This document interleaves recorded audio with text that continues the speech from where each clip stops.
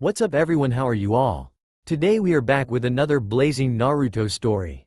What if Naruto was cast away, but returned with a sword that cut through time? If you enjoy, then please like, share and do comments, and also check the description to original creator of this beautiful creation.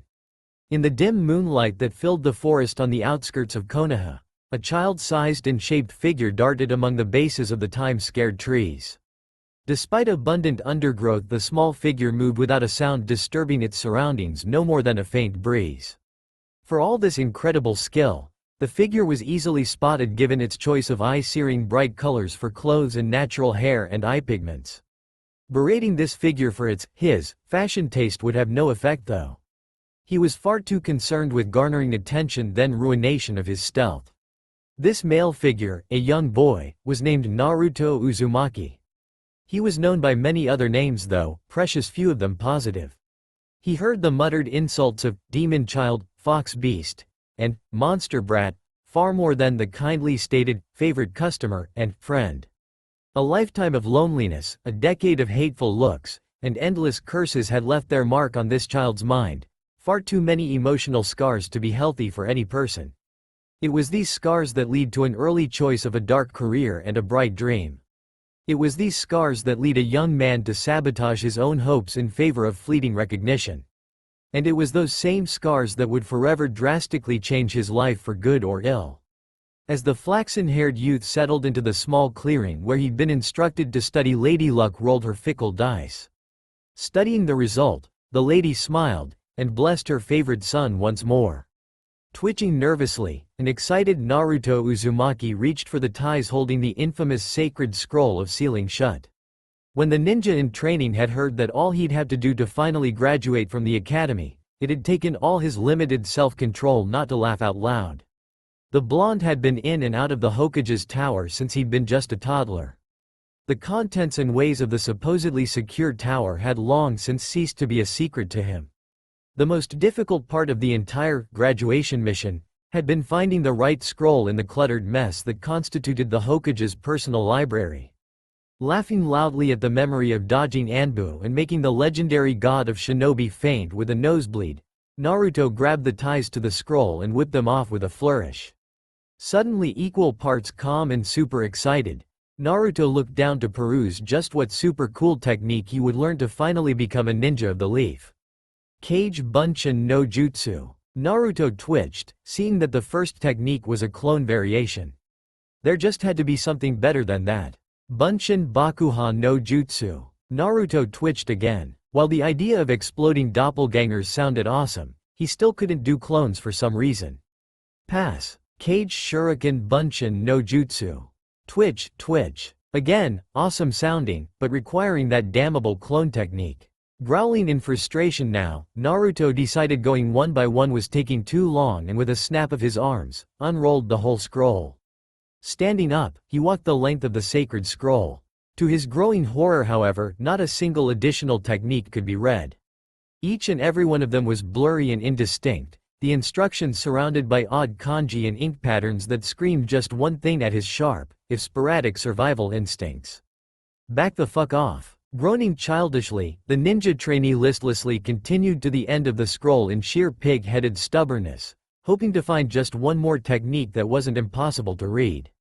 Then, finally, just as he was about to give up and try his hand at that stupid shadow clone thing, he caught just the barest hint of color where the scroll was supposed to attach to a central wooden rod for support and ease of carrying. Seating himself at the end of the scroll, Naruto grasped the end of the scroll paper and the exposed part of the rod before giving it a tug. When it didn't come loose, he gave it a harder tug. When that didn't work, he scowled and just gave the damn thing a great big heave. Hell, they could always just glue the thing back together, right?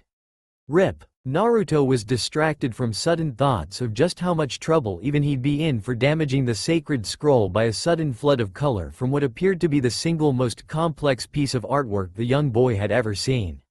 Having never been the artsy type, he had no clever words to describe the image in front of him, and even the notoriously dense young ninja trainee knew that just saying, awesome, and super cool, was just not going to cut it here. The basic pattern reminded him of a spider web, if an unusually complex one. It was spread out, covering almost the entirety of a 3 feet by 2 feet area. Pearlescent lines of the web were overlaid but not concealed by an assortment of something that looked awfully similar to the kanji he was familiar with. Whatever this writing was though, it was far less graceful than the elemental nation's written language, possessing a more angular set and some unnameable quality that brought to mind ancient times. The frame of the web was strange, a jagged oval pattern that almost looked to be as blurry as the hidden instructions on the scroll of sealing. The whole of the pattern might have been enough to hold his flighty attention by itself, however, the entire thing was drawn in precious stones. From the simplest of black lines to most intricate of pearly whorls, everything was drawn in clinging powered gems. Naruto didn't really know anything about geology, but he was pretty sure there were diamonds, rubies, and a bunch of other really expensive rocks apparently glued to the paper. Scratching his head, Naruto couldn't help but wonder why someone would spend so much money on a pretty but seemingly useless piece of art and then hide it in the least seen and most heavily guarded scroll in the village. Shrugging away the weirdness of it, Naruto reached out and brushed his hand over the gemstone pattern, curious about what it would feel like. I bet I could get the old man to let me keep this. It's not like it's dangerous, and if anybody owned this, there's no way they'd just leave it here. Even as the boy's words left his lips, his finger caught on a shard of gemstone that jutted invisibly out from the pattern. There was a brief pinching sensation followed by a couple drops of blood smearing on one of the odd kanji. The academy student swore out loud, annoyed at himself for already managing to dirty the artwork that he'd planned on talking the old man out of. Any further action was stalled when the pattern glowed. Gaping, the blonde watched shocked as the glow increased to a brilliant shine, spiking up to blinding briefly before fading away. Dropping the pattern and scroll, Naruto frantically rubbed his eyes, trying to get rid of the sting of losing his night sight. Blinking away the last of the spots in his vision, Naruto looked around for the pattern. He didn't find it though. Instead, where it should have been, was a sword. It lay flat on the forest floor, at first resembling a thin shadow. Forged heavy and straight, a more weapon-savvy individual than Naruto would have recognized it as a Western long sword, meant to cut down armored opponents. The blade was a simple, plain affair despite being made in a light-eating shade of black, reflecting not an ounce of illumination. The hilt was far more ornate and colorful. The crossguard was made of a dull silvery metal, thick and strong enough to catch and stop even a heavy blow. Sweeping up towards the tip of the sword, the sides of the guard were engraved with images of smoke banks and clouds of shadows, all inlaid with gray opal and obsidian. The handle was made of the same metal and wrapped with woven silk the color of dried blood. Even more of the silvery metal made up the pommel, encasing a flawless transparent diamond. Compared to the rest of the sword, the polished stone positively gleamed, drawing Naruto's fascinated attention. Entranced, the young blonde slowly reached out and laid a single finger on the gem, not quite sure why he wanted to.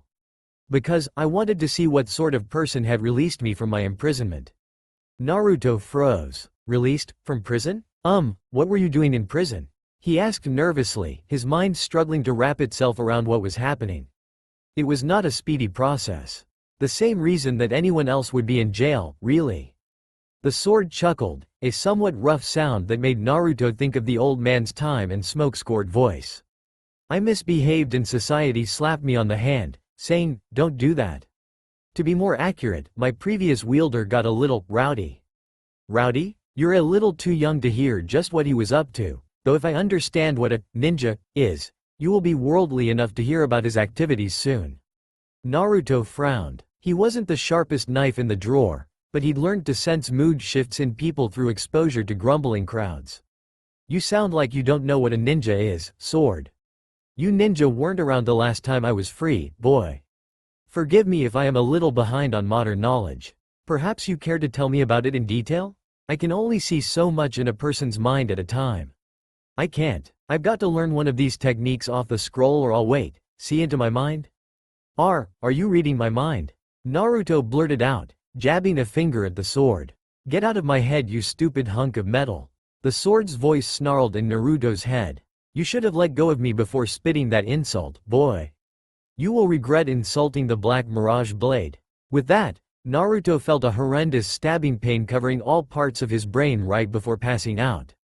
Face down and fully clothed, There was no way for anyone without a Byakugan to see an entirely colorless copy of the pattern Naruto had admired earlier appear on his chest. Drip, drip, drip, splash, eyes snapping open, Naruto sat up, hearing the echo of a footstep over the splashing sound. Looking around, wondering how long he'd been out for water to have gathered, the blonde was stunned by his surroundings. Instead of the quiet forest clearing, he was now in a dreary underground passageway. Dim, unevenly spaced lights provided more gloom than they dispelled, leaving most of the passage shadowed. Still, Naruto could see the worn bricks that made up the surfaces of the area, as well as the dank-looking pipes that clung to the edges of the ceiling. Shaking his head in amazement at the sheer dismalness the tunnel seemed to exude, Naruto stood up and brushed himself off. Deciding to follow the splash in hopes of finding someone capable of leading him out here, Naruto took a steady ground-eating stride. As minutes passed, it was only tiny changes in the colors of the bricks and pipes that assured the now worried ninja trainee that he was actually going somewhere. Finally, though, Naruto could see the light increasing ahead. Moving faster, Naruto headed straight for the light. Seeing a corner coming up, Naruto quickly turned around it expecting to see the person he heard earlier or maybe a door out of the tunnel.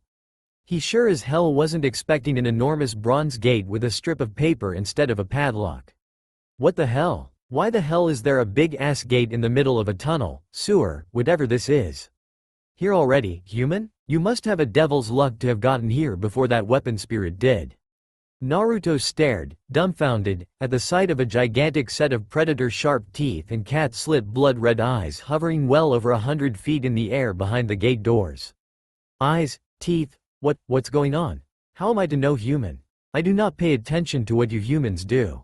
Something as insignificant as a little human sword would not have caught my interest. Oh, Naruto managed, still not sure what was going on. Still, given the circumstances, I cannot help but be intrigued. Who knew there existed in this world a blade with such tricks? This black mirage blade though, it seems to have a mind of its own, a true sentience. That, I have never heard of nor seen in all my long years. The eyes and teeth lowered much closer to the ground, barely hovering above it now. That fact, boy, is why I have decided to take an interest in you. Be grateful human, it has been a very long time since I have offered assistance to any of your species. And deep unsettling feeling finally pushed its way past his stunned numbness and kicked his mind into gear. Help me? What are you supposed to be helping me with? The eyes behind the gates didn't answer, instead the grin widened and a wave of red energy pushed out past the gates and picked up Naruto, carrying him like a rushing tide. Bricks and pipes raced past him blindingly fast, turning it all into a blur. Luckily for Naruto's stomach, it didn't take long for the wave to slow and then stop, depositing him on the floor as the red energy faded away. Stupid thing. Just because it's bigger than me doesn't mean it can just pick me up and throw me around like a toy. You can't do that to a future Hokage.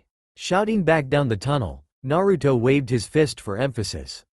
Considering that I find you yelling at a demon lord, being called a hunk of metal seems so much less important. Naruto whirled, recognizing the abuse's roughened voice. You, Naruto shouted, pointing. I thought I told you get out of my head, sword. The avatar of the sword smirked, stepping into the low light offered in the tunnel. Standing 5 feet 7 inches, the avatar was on the low side of average height for the Westerner he appeared as. He was very fit though, athletic rather than bulky. A full head of short black hair and deep brown eyes blended well with his dark tan. The plain and functional clothes added to the overall appearance, giving the smirking figure a very militaristic air. Crossing his arms and leaning against the wall behind him, Black Mirage chuckled. I honestly can't tell boy, whether you are utterly fearless or too stupid and ignorant to know you should be terrified. You yell at a demon lord. You insult and harangue me, even though I could have crushed your mind like an egg had it not been for the Hell Lord you were just screaming at. Tell me, Naruto Uzumaki, if I were to just break you, would your resident defend you? Naruto straightened, gaining focus as stepped into a familiar situation, the mockery and scorn of others. It doesn't matter. The boy started quietly, his voice steadily rising in volume and passion. It doesn't matter what you do or say.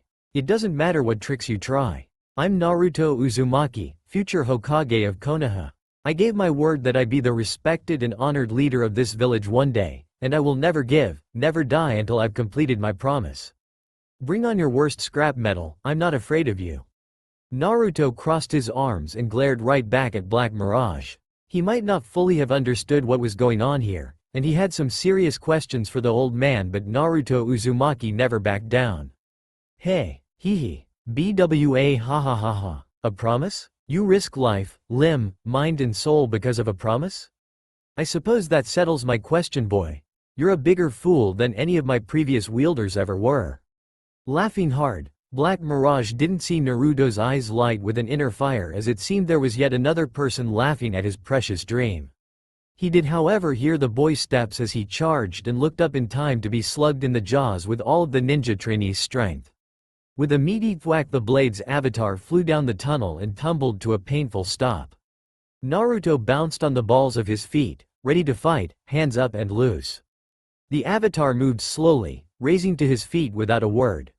Still not speaking, he wiped his mouth with one hand, raising it to look at the thin crimson smear on his palm.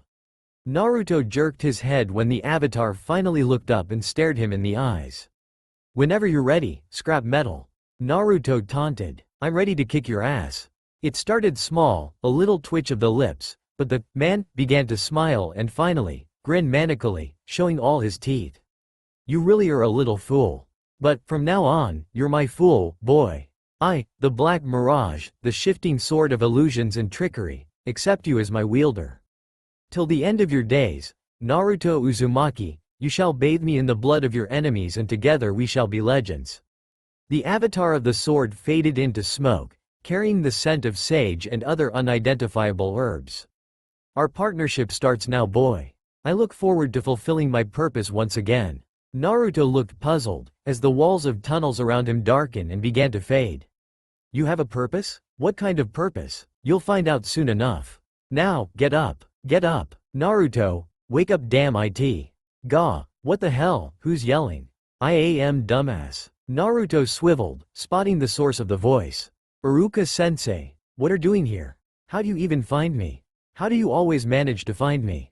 Already worked up, Naruto ranted about the unfairness of always being caught by one's teacher no matter whether or not a prank was involved. Patiently waiting for his most troublesome student to wind down, Iruka allowed himself a smile. Naruto seemed to be his normal self, and he didn't seem to be worried about the scroll, so the academy teacher concluded that the blonde prankster hadn't done this maliciously. But that left the question of why he'd done it. "Naruto, I have a minor chakra sensor talent." "Huh?" Iruka chuckled. "You wanted to know how I've always found you. I have a very small gift for chakra sensing. It takes me a few weeks to tag someone's chakra, but once I do, I can find them from over a mile away. It's a very useful skill to have on rescue missions. Now that I've answered your question, Naruto, perhaps you'd care to tell me just why you felt it was okay to steal our village's most important jutsu collection." The tone was calm enough, but the look in the older man's eyes was enough to make Naruto spill his guts quickly. "Mizuki-sensei told me that if I stole the scroll and learn a technique from I graduate." Horror began to filter over Naruto's face. "But, I forgot to learn a technique. I got distracted by the sword." "Naruto," the teacher shouted, grabbing his student's shoulders. "Calm down. What was that you said about Mizuki?" Iruka never heard the boy's answer as he felt a familiar chakra nearby.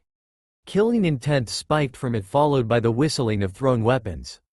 Pushing Naruto away, Iruka tried to get clear himself, but he wasn't fast enough and several kunai punctured his body. "Mizuki, what do you think you're doing?"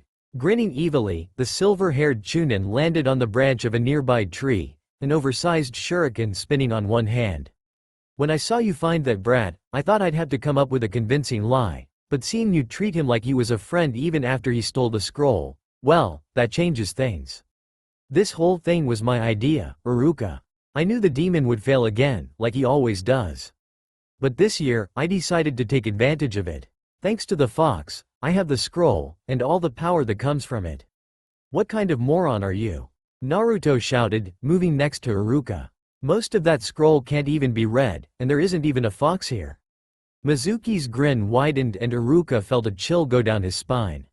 He couldn't. But Mizuki was already betraying the village, He obviously felt no qualms in revealing an S-class secret, especially not if he could hurt the demon child while doing it. Tell me Naruto, have you ever wondered why everyone hates you? Why no one in this village cares for you at all? Don't do it Mizuki, you'll make your sentence worse. Mizuki ignored the other man. The truth is Naruto, that you are the greatest disaster this village has ever seen. You are the Kyuubi no Yuko. Damn you Mizuki. As the two men started screaming at each other, hurling threats and accusations, Naruto fell into a stunned silence, not hearing a word of the men's exchange. The young blonde couldn't believe it. He was the Kyuubi, the nine-tailed living natural disaster who seemed to exist for the sole purpose of laying waste to everything. If he was the demon, though, it explained so much. Why the villagers hated him. Why he was always so alone. Why? Please. If you are the Kyuubi, then I'm a teapot. This does tell me which demon lord is trapped inside you though. I would suggest being careful if you plan to approach him in the future. No demon becomes a lord without a great deal of power and cunning, and I would not be pleased to see my first wielder in centuries die because he didn't say the right thing. Black Mirage? The whispered words didn't register with Iruka and Mizuki, who were now fighting viciously across the clearing. Yes, it doesn't seem that the Kyuubi has the ability to speak with you as I do. I wouldn't expect him in the near future. So, boy, what are you planning to do about this? It seems that the one who hates you is winning. Blinking, Naruto drug himself out of his stupor to see Iruka-sensei get knocked into the base of a tree with a grunt of pain. Iruka-sensei. Get away from Iruka-sensei you bastard. Mizuki paused in his next strike, shuriken still spinning. Oh, and what are you going to do about it Fox? Naruto shook furiously, fists clenched, ready to go over there and just pummel the traitorous bastard into the ground. Hey, you seem to be forgetting something? Naruto blinked, wondering how the sword was speaking to him, even though he wasn't holding the blade right then. Fight first, explanations later. Feeling sheepish, Naruto turned and marched to blade laying on the ground. Both Chunin stared curiously as he walked to something, bending over to pick it up. And Naruto, where did you get that sword? Naruto smiled weakly. I'll explain later Iruka-sensei. First I gotta deal with Mizuki. Using both hands, Naruto lifted Black Mirage, noting that it was still pretty heavy. Alright jerk, you're going down. Mizuki snorted. We'll see about that demon brat. Die. With that, Mizuki hauled back to throw. Run Naruto. Grab what you can of the scroll and run. Time to have fun. Let's see him find you in a mirror image. Milliseconds before the throw, the air around Naruto shimmered and 9 flawless copies of Naruto appeared, each quickly jumping apart from each other including the original, acting on a strongly worded suggestion from Black Mirage. The Chunins gaped. Not only was Naruto not supposed to be able to perform the Bunshin technique, the images were too far apart for the technique. They should have faded. Growing angry, Mizuki threw the shuriken anyways, aiming for the Naruto he thought was the real one. Buzzing, the weapon flew straight and true through the Naruto, who promptly disappeared into short-lived motes of light. Damn you demon, I'll find you sooner or later, and you'll die all the same. I don't think so, Mizuki. The stroke was clumsy and poorly aimed, but the Black Mirage was a very sharp sword and Naruto was strong for a 13-year-old. With a scream of pain, Mizuki went down in a spray of blood. Trying not to stare too hard, Iruka hobbled over to his student, clapping a hand on his shoulder. Congratulations, Naruto. You stopped a traitor from stealing the scroll of sealing and captured him in the process. A sly smile snaked across Iruka's face. Was that a Bunshin technique I saw? Naruto flushed in embarrassment, one hand scratching behind his head, the other leaning Black Mirage against his shoulder. No, not really. It's called mirror image. It works a lot like Bunshin I think, but it's not the same thing. Naruto sighed sadly. I guess this means another year at the academy. At least you'll have time to teach me how to use Black Mirage, right sensei? Iruka's smile turned mysterious. Not quite, Naruto. Moving quickly before the comment sank in too deep, Iruka removed his own headband and tied it around Naruto's head, putting the removed goggles into one of Naruto's pockets. Congratulations on graduating, Naruto. I know you'll make me proud. It might have been a bit girly for a newly minted genin, but Naruto had always been one to buck tradition. Crying in relief and joy, Naruto hugged his now former teacher until the man complained that he couldn't feel his legs anymore. Being ushered into the Hokage's office not a half an hour later, Naruto wondered how the old man always seemed to know where to send his Anbu whenever the blonde got into trouble. As the door opened, Naruto decided that this mess rated him using a trick that he'd overheard Ino tell Sakura about once. Stepping past the Anbu guards, Naruto flashed his brightest smile and opened his eyes to their widest. "Hi old man." Sarutobi frowned ever so slightly. "I had a daughter of my own once Naruto, nice try." Gesturing to a chair set in front of his desk, Sarutobi said. "Sit down Naruto, we need to talk. And for future reference, looking adorable to get out of trouble only works for young ladies." Grumbling, Naruto did as he was bid, leaning an unusual sword against himself. The third Hokage eyed it curiously, having never seen anything quite like it in his lifetime. Despite its decorations, it was a very functional weapon and the Anbu would have normally confiscated it had not the Hokage already told them to let it pass. His curiosity and faith in Naruto's loyalty easily silencing his paranoia. Slowly, the aged professor packed himself a pipe.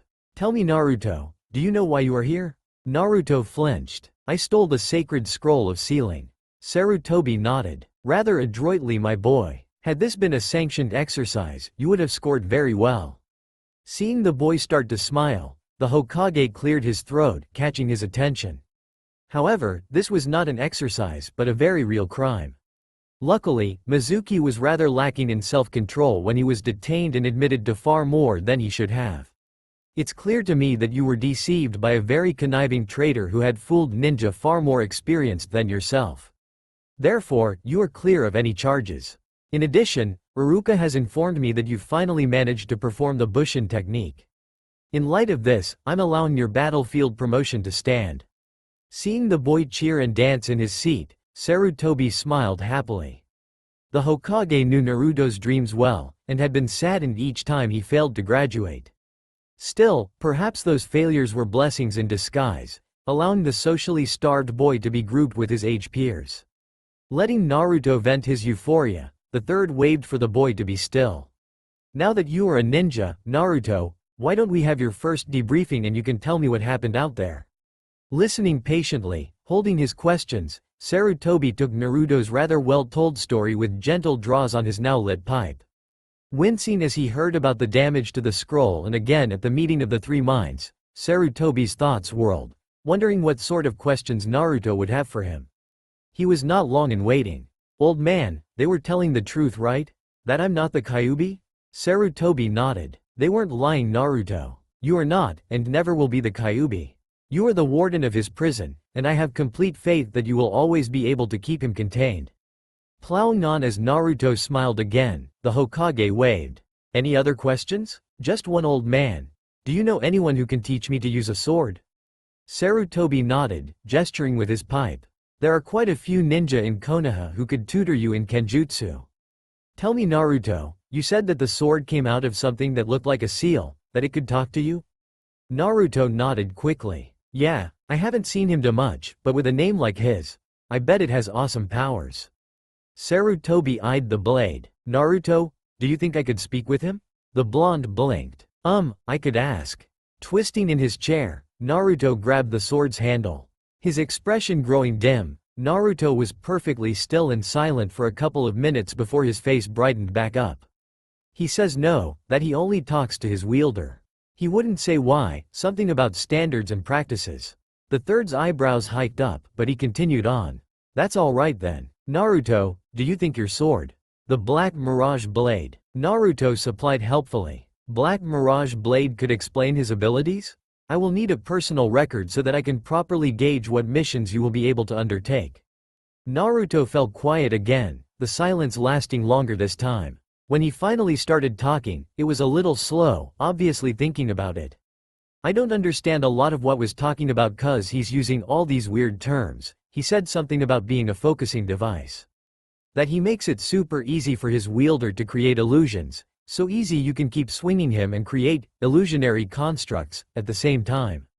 He did say that he worked best in lower light conditions because it's harder to pick apart flaws in the construct." Naruto's head tilted for a moment. Ooh, He also said that I can channel chakra through him. That's good, right? Sarutobi chuckled. That's actually a very impressive set of abilities, Naruto. There are a great many ninja in this world who'd pay an arm and a leg for a weapon half so powerful. Sarutobi actually thought that most ninja would actually pay with someone else's arm and leg, but the elderly leader didn't want to say it quite like that to a boy he thought of as his grandson. A thought occurred to him. Naruto, the Black Mirage Blade wouldn't happen to possess some sort of self-defense technique, would it? Let me ask, old man. This time, after he was finished speaking with Sword, Naruto grew paler. Yeah, old man. Even with his well-trained ears, Sarutobi could barely hear the boy's horrified whispers. Everyone he's ever considered unworthy of wielding him has died screaming in agony, begging for mercy.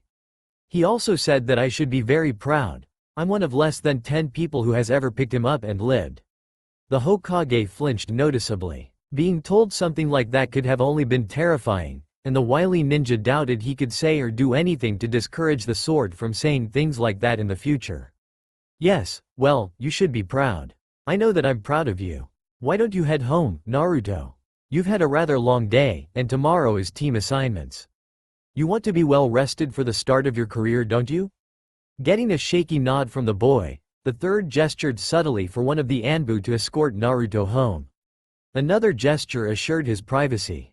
Sighing, the world-weary leader packed himself another pipe. He had a great deal to think about tonight, about Naruto's new gift and how to impress on various interested parties that the sword would be staying with Naruto until proven dangerous. He could think of no one better suited to keeping an eye on the potentially dangerous sentient sword than an ex-captain of the Anbu. Barely noticing his escort parting at the door to his apartment, Naruto marched inside, preparing for bed on autopilot. Eventually, dressed in full pajamas and his much-loved sleeping cap, Naruto staggered to his bed, drained from the stress and shock of the day. Black Mirage remained silent, not bothering to protest being left in the living and so far from hand. In the future, the intelligent weapon planned to speak up about being left behind, but his newest wielder was a child, and allowances had to be made. Probably, anyways. Black Mirage had never really dealt with children outside some very dark circumstances and was left to deal with the situation as it unfolded. That was fine, the blade thought to itself, before activating one of several powers it had yet to reveal to its newest wielder. Transforming into a prismatic colored mode of light, Black Mirage drifted into the bedroom and promptly sank into Naruto's chest, causing the colorless pattern embedded on the boy's chest to regain all the shades of brilliance it had had before being moved from the scroll to its new residence.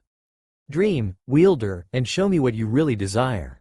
Reveal your true nature to me. Like a great many people in the world, Naruto had an awareness of his surroundings on par with a zombie when he first woke up.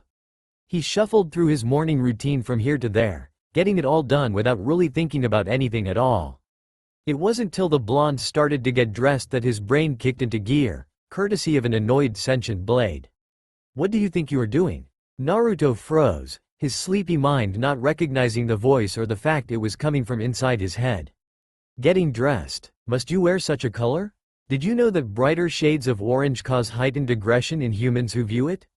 Wear black or gray instead. They're more intimidating, and because they absorb light it's easier for them to alter perceptions. Naruto twitched, finally recognizing Black Mirage's mental voice. I like orange. You're just trying to getting me to stop wearing such a cool color like everyone else by making up that stuff about it pissing people off. The sword scoffed. I'm a very old sword who has power over light. Color as humans perceive it is viewed through the reflection of light. I've been experimenting with and using my powers longer than the recorded history taught at your academy. Did you really think I wouldn't know everything I could about my domain? Naruto didn't like the sword's smug tone at the end of his comment and decided to poke holes in the story. Oh yeah, how would you know what's taught at the academy? You've been sealed up. The sword sighed. I told you I could read your mind yesterday, boy. When a person dreams, their mind is relaxed and far more open to outside influences. I watched your entire lifespan last night as you slept. Quite frankly, I'm both amazed and incredibly disappointed with you, wielder. It seems that you cannot see the trees in the forest most of the time unless those trees happen to be on fire.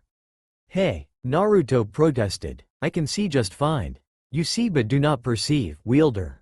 You must learn to see everything and understand even more if you are ever to use my powers to their fullest extent." Naruto felt of a flicker of emotion from the blade, but he was way too new at this sort of thing to understand what it was. "What kind of Hokage will you be if you always require your underlings to explain everything to you?" Naruto's mouth opened and closed as the age-old weapon managed to get his point to the blonde without beating him over the head with it first, a startling first. The freshly graduate genin stood in front of his closet silently, turning over what the sword had said in his thoughts. Black Mirage waited patiently, having decided to speak with his currently wielder as he had his very first, small words, patiently leading sentences, and jabbing him every now and then to make sure he hadn't drifted off. "So, are you going to take my suggestions? If you must wear bright colors, at least use white. It reflects every color and gives me a broad palette to work with." Naruto shook his head, putting aside the sword's wisdom for later thought. "Does orange really make people mad at me? Not necessarily you, but they are meaner as a whole. Why?" Naruto eyed his favorite set of clothes sadly. "Maybe I should wear something else. I mean, if I'm going to be Hokage, people are going to have to trust me. I can't be trusted if they're always pissed off when they see me or are afraid of me, so no black either." Naruto shuddered slightly. "Sasuke always wears black and blue, and I don't want to be like him." "Fair enough. No wielder of mine should ever be confused with someone else unless we're attempting to do just that." "You like bright colors, right?" Naruto nodded. "I hate being ignored, and no one ignores someone who's dressed up bright." The sword hummed in thought. Nigel was like that. He did everything with flair. Despite his addiction to Dreamweed, he was surprisingly good at distracting people and stabbing them when they were too confused to understand what was going on. "Anyways, empty out your closets and drawers, I have an idea." Doing as he was told and listening to Black Mirage describe what he had in mind, Naruto grinned. It seemed like he'd still be pulling pranks despite being busy as a ninja. The face of the camera guy for his ninja ID when Naruto walked in for his picture appointment was priceless. The heavy-set older man had been so stunned that he didn't even protest the strange pose. Walking away from the administrative building laughing was doing Naruto wonders. After putting together his new ensemble this morning, he'd almost made it out the door before realizing that he had no clue where his new sword was. Black Mirage had had a good long laugh at his expense before taking pity on the frazzled blonde and explaining the storage rune that now adorned the genin's chest. Now a lost art, the rune acted a lot like the storage scrolls that ninjas used, but with a different mechanic. Runes could hold more, the sword explained, but the more you put into one, the energy required to store it all would increase exponentially. A rune could hold an entire castle, but doing so would use so much power that not even a god would do so without a very good reason. Naruto had been excited about creating more of the runes as a sort of signature, but Black Mirage quickly shot that down, explaining that it couldn't teach him how, and even back when he'd been first made they were very rare. Still, Naruto thought as he walked into the Hokage's office, it was pretty cool to have a hiding place for his sword that no one else in the world knew how to use. "Hey old man, you wanted to see me?" The Hokage raised his head to greet the boy but couldn't get a word out the moment he saw what the blonde was wearing. Struggling to keep a straight face, Naruto sat in his regular chair for visits to the old man. "You look terrible old man, something wrong?" Sarutobi snapped out of it. "Naruto-kun, what are you wearing?" Naruto's new ninja uniform was bizarre, even for Naruto. The only normal-looking parts of the outfit were the dark tan cargo pants reinforced for combat-level wear and tear and the goggles Naruto had been wearing since starting the academy. The latter had been left to drape around Naruto's neck since his forehead protector and its bandana now covered his forehead and most his hair.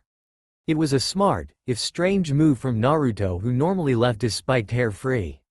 The Hokage barely noticed the head covering though, unable to tear his eyes away from the bandages that wrapped around the boy's legs and arms. The bandages themselves were common enough, the tough linen wraps that many ninja used, covering most of each limb, though the joints were all bare to avoid pinching and bunching. Woven into the bandages, however, were dozens of strings and ribbons, all in the most random patterns imaginable. As the elderly man's brain started to come back online, he noted that despite all the different kinds of decorations, each and every one of them was either red, yellow, or blue. Naruto's torso was mostly covered by what looked to be a very old black leather jacket that had been cut into a vest.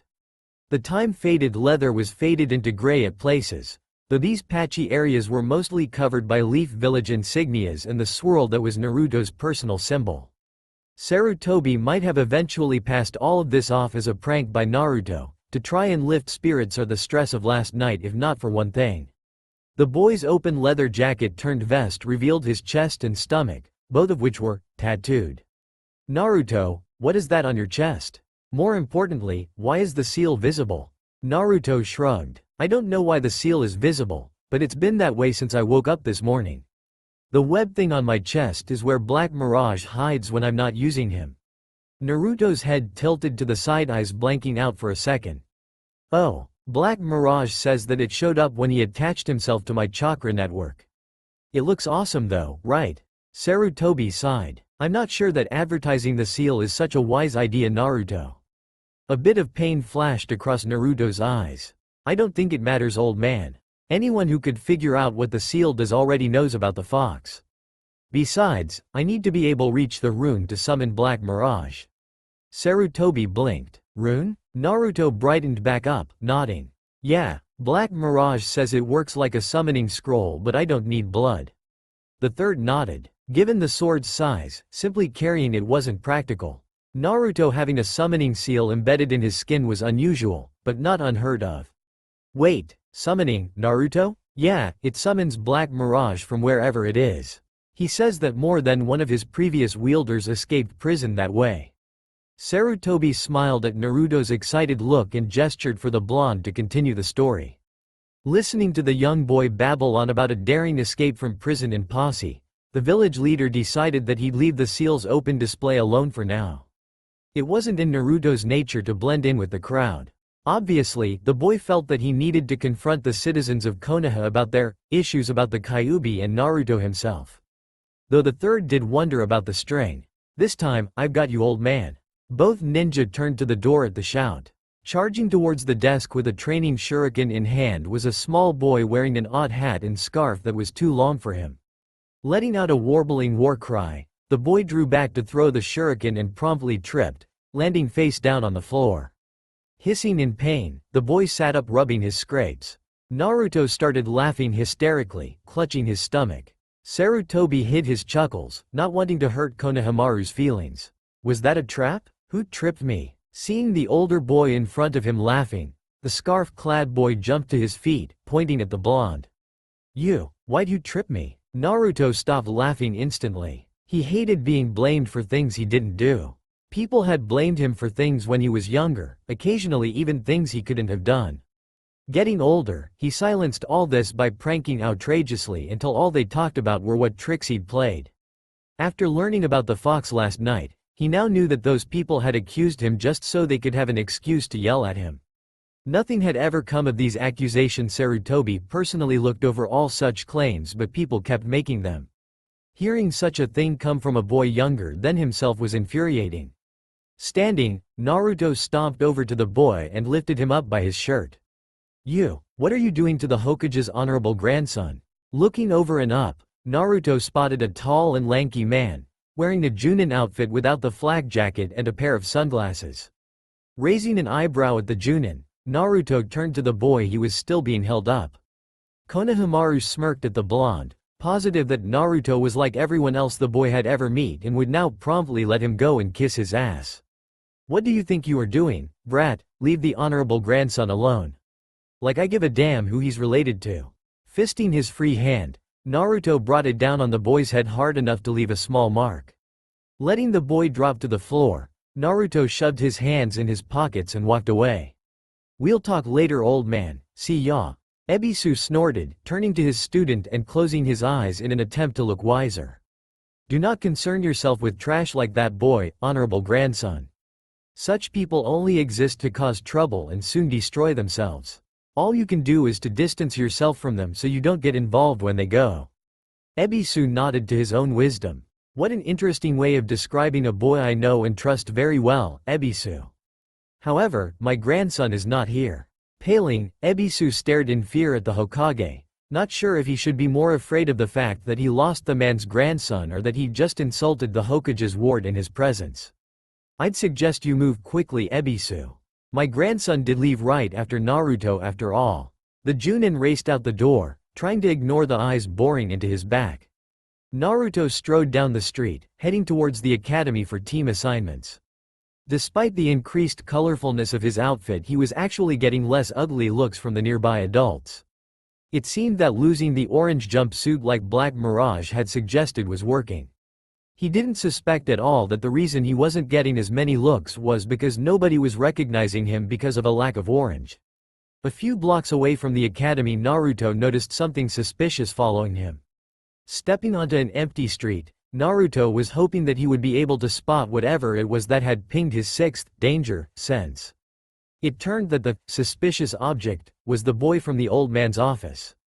Seeing the boy trying hiding as part of the street and forgetting to include his feet, Naruto decided that he just didn't have the time for this and just kept walking. Konohamaru continued to close in on his unsuspecting prey. Dashing the last few meters, Konohamaru readied himself for the "What do you want, Konohamaru?" The boy stood stunned for a moment, but quickly snapped out of it when he realized that Naruto wasn't stopping. "Wait up, boss. Tell me how you knew it was me." Naruto chuckled. "I'm just awesome like that. Why are you calling me boss anyways? Why wouldn't I? You're the bravest ninja in the village. You're Naruto Uzumaki, right? I heard about you from Grandpa and my uncle this morning. I want you to teach me to be like you so I can take the Hokage title from Grandpa." Naruto wasn't the sort of person to begrudge others their dreams, but he was curious. "Why do you want to take his title away?" Konohamaru sighed, falling in step with Naruto as the academy loomed closer. "Everyone sees me as the Hokage's grandson. They don't even use my name, just honorable grandson like my teacher, Ebisu. I figure if I can take Grandpa's title then everyone will see me, not him."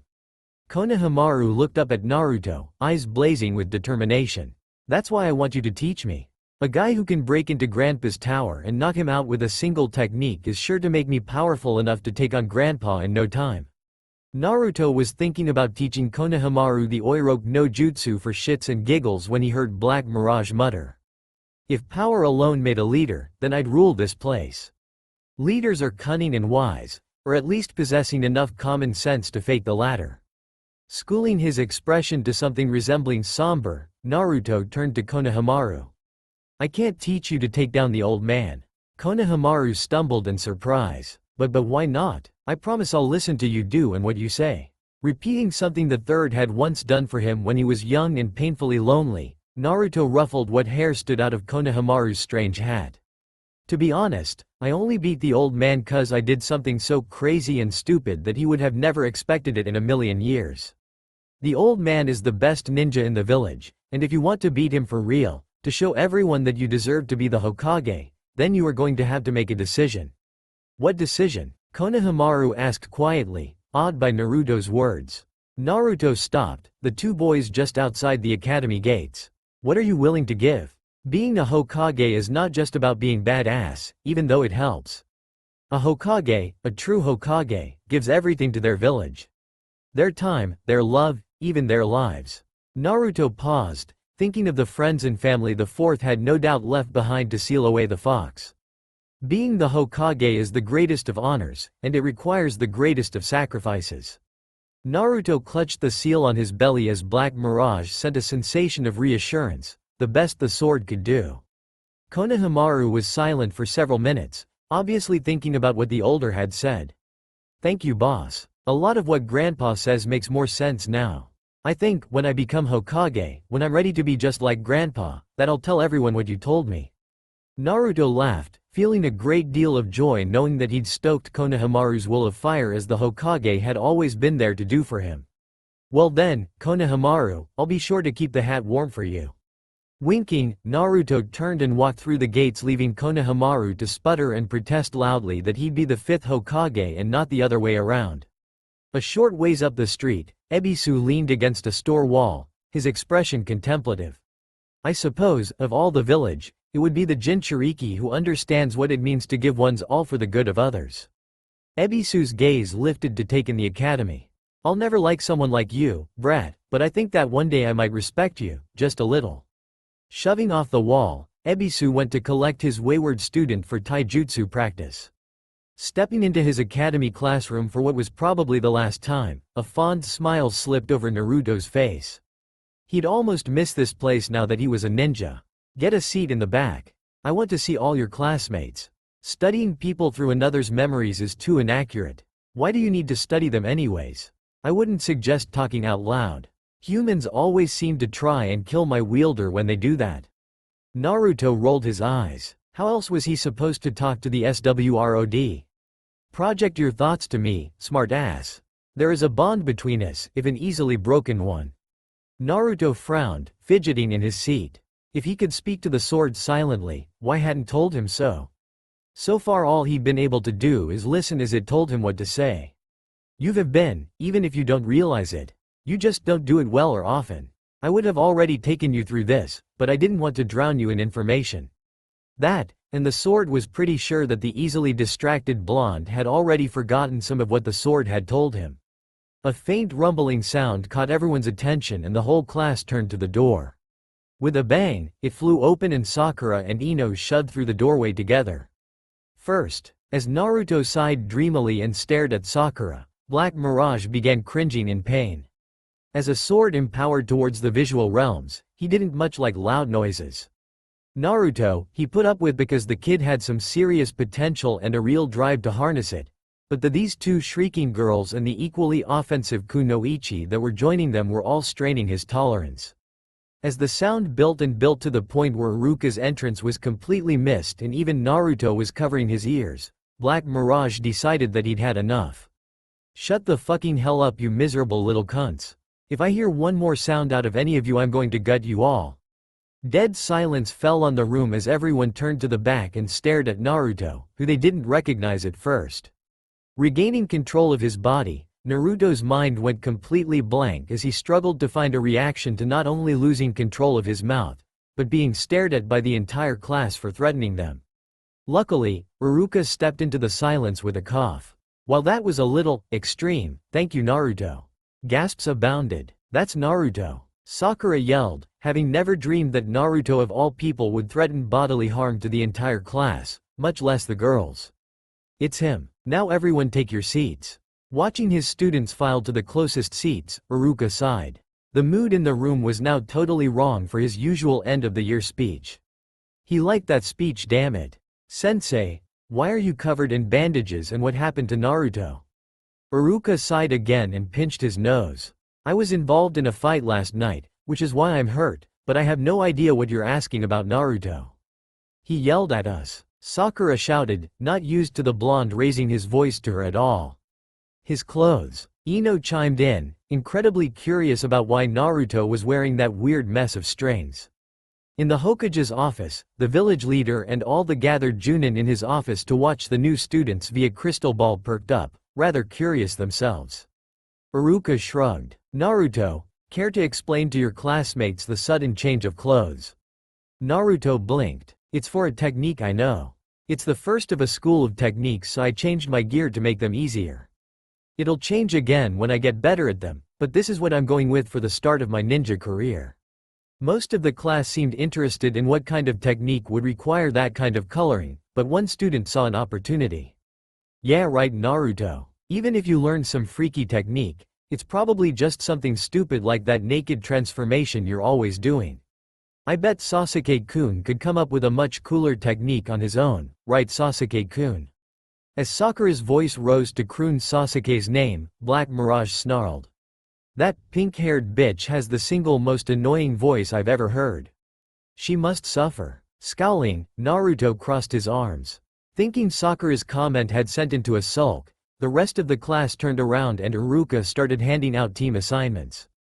Sakura is nicest, prettiest girl in the class. I really like her. Name one nice thing she's ever done for you. Naruto tried to snap off a few examples of Sakura's greatest and gentleness, but he found himself unable to think of one. Name one thing, physically, that sets her apart from the rest of these girls. Her hair. He shot back. That girl with the white eyes has blue hair, and on the way here I spotted a woman with purple hair through your eyes.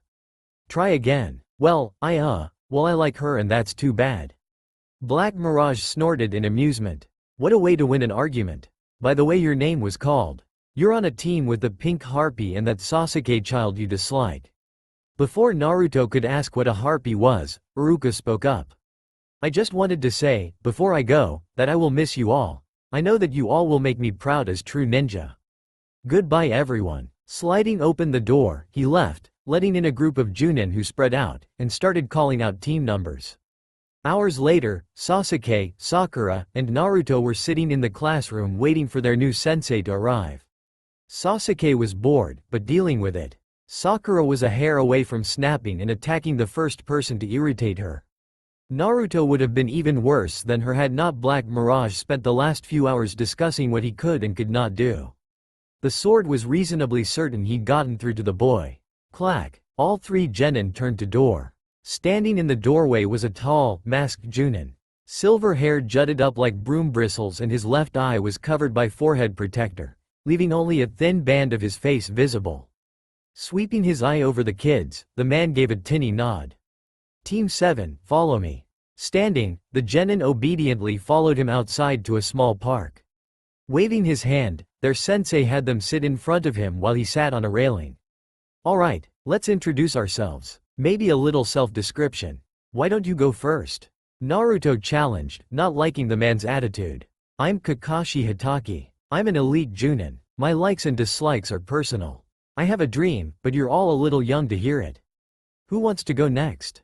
I will, sensei. Sakura wasn't thrilled with such a poor introduction, but she wasn't going to make a bad first impression. That was Naruto's job. My name is Sakura Haruno, a genin of Konoha. I was the best kunoichi of class, so I'm sure I will do well in your care, sensei. I like, a certain person in my dream is to. Glancing at Sasuke, Sakura squealed, drawing winces from Kakashi whose hearing was well above human average and Naruto who was forced to deal with a very angry Black Mirage. As for my dislikes, Naruto and Ino. Kakashi raised an eyebrow, but just pointed at Sasuke.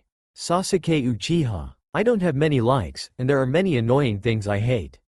Sakura completely missed the look Sasuke sent her way. My only ambition is to kill a certain man. Kakashi didn't react, having already read the team's profile. Mr. Rainbow, you're up. Naruto Uzumaki here, future Hokage. I love ramen, training. Naruto started to say Sakura, but an angry buzz from his sword made him rethink it. And my new blade and techniques. I hate waiting for my ramen to cook and jerks who can't get their heads out of their asses. My dreams and ambitions are the same thing, to be a truly legendary Hokage. Interesting, his profile didn't mention him being a Kenjutsu practitioner. That sword that Hokage-sama mentioned must have been acquired very recently. Well, now that that's out of the way, I have a few things to say. Tomorrow, there will a test. A finale test that will decide if you remain genin or receive remedial training. Remedial training? What kind of test is it? A survival test, with a mere 33% chance of passing. All three genin stared in shock. Meet at Training Ground 7, tomorrow at 7 a.m. Oh, one last thing. You probably shouldn't eat tomorrow morning, you might throw up. That said, Kakashi vanished in a swirl of leaves. Sensing opportunity, Naruto turned to Sakura. Want to get lunch, Sakura? We could talk about tomorrow's test and try and make a plan. Ignoring him completely, Sakura raced after Sasuke who was trying to make a clean escape. Sasuke-kun, let's have lunch. And you adore this girl, why? Trying to hide his disappointment from the sword, Naruto headed to one of his favorite practice areas. If they were going to have such an important test tomorrow, then he was definitely going to need to practice. 10 in the morning found Team 7 still standing around, waiting for their sensei to arrive.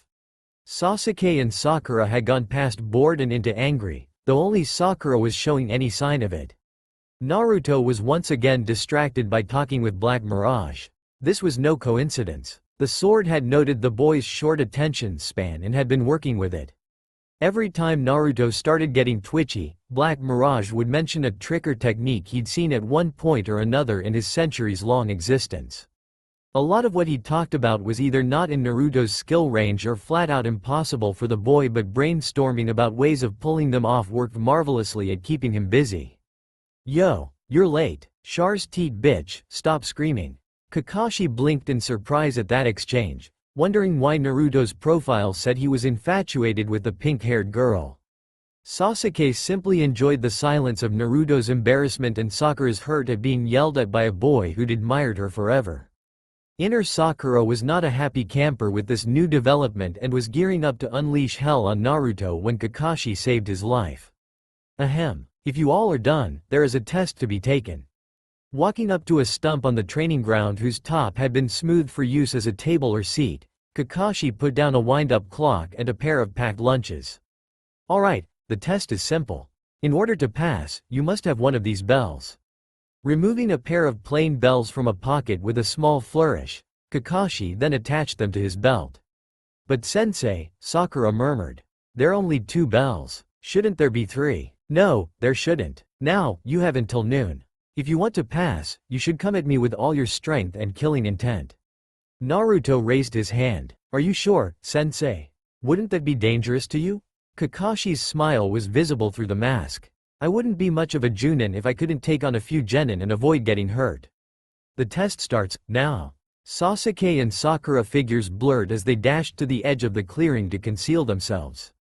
Naruto on the hand didn't move. Kakashi raised an eyebrow inquisitively. You want something, Naruto? You sure you want us to hit you with everything? Very sure, Naruto. Though I am beginning to wonder if you're just stalling for some reason. Okay, if you say so. Reassured that he wasn't going to get in trouble for this, Naruto stunned his audience. He reached into his chest, his hand disappearing up to his wrist. Kakashi stared. What the hell? Hokage-sama seems to have not mentioned a few things. You said to use everything I had, Kakashi-sensei, so I guess you get to meet Black Mirage. Kakashi watched intently as Naruto drew a black-bladed sword nearly as long as the boy was tall out of his chest. The Junin also noted the pattern on the boy's chest fading into invisibility as the blade cleared it. Smiling, Naruto took up a two-handed grip, setting the sword in a clumsy defensive posture. I take it that sword is called Black Mirage? Naruto smiled. Yep. This is our first trick, mirror image. Without a sound, puff of smoke, and only the slightest surge of chakra, 9 copies of Naruto appeared. A bunchin, that doesn't seem very impressive. It gets better. Naruto shot back as the 10 Naruto split up and surrounded Kakashi. Swiveling his head, Kakashi noted that several of the copies were outside the range any genin sound have been able to manage. Ah, enhanced bunchin. But still, just bunchin. Naruto grinned, followed shortly by all the Bushin charging with him. As they closed in and Kakashi readied himself for combat, Naruto managed to surprise the Junin. Blur. It was something like a watercolor painting getting hit by a bucket of water. All the colors in Naruto's clothes began swirling and mixing with each other, blending into the ground and surroundings as well. The technique had a secondary effect. Naruto was casting shadows. Every time he moved so much as an inch, his outline became wildly broken up, leaving only his center mass as the only thing even reasonably visible. Even then, real accuracy was all but impossible. It was, Kakashi noted, a very effective genjutsu, made all the more potent by the fact that it was done less at the last second. Channeling chakra, Kakashi leapt up and back, coming away from the rush with just a swallow cut thanks to Naruto's lack of skill with a blade. That, Kakashi noted, is a very, very dangerous trick. Thanks, sensei. The Narutos approached, the blurring effect getting worse when they stood next to each other. Just remember, you asked for my best. With that, Naruto rushed in again. Focusing on sound more than sight this time, Kakashi easily avoided getting hit again. It was harder than any genin should have made it, which Kakashi attributed to Naruto's ruthless attempts to take advantage of the blur technique. Still, I can keep this up longer than he can. And if he hasn't made more copies by now, then I doubt he could. All I've got to do is pin down his next move and... Thunk thunk thunk thunk thunk. Naruto hesitated, watching a swarm of kunai hit his teacher in some rather lethal spots. A moment later, Kakashi poofed and turned into a pincushioned log.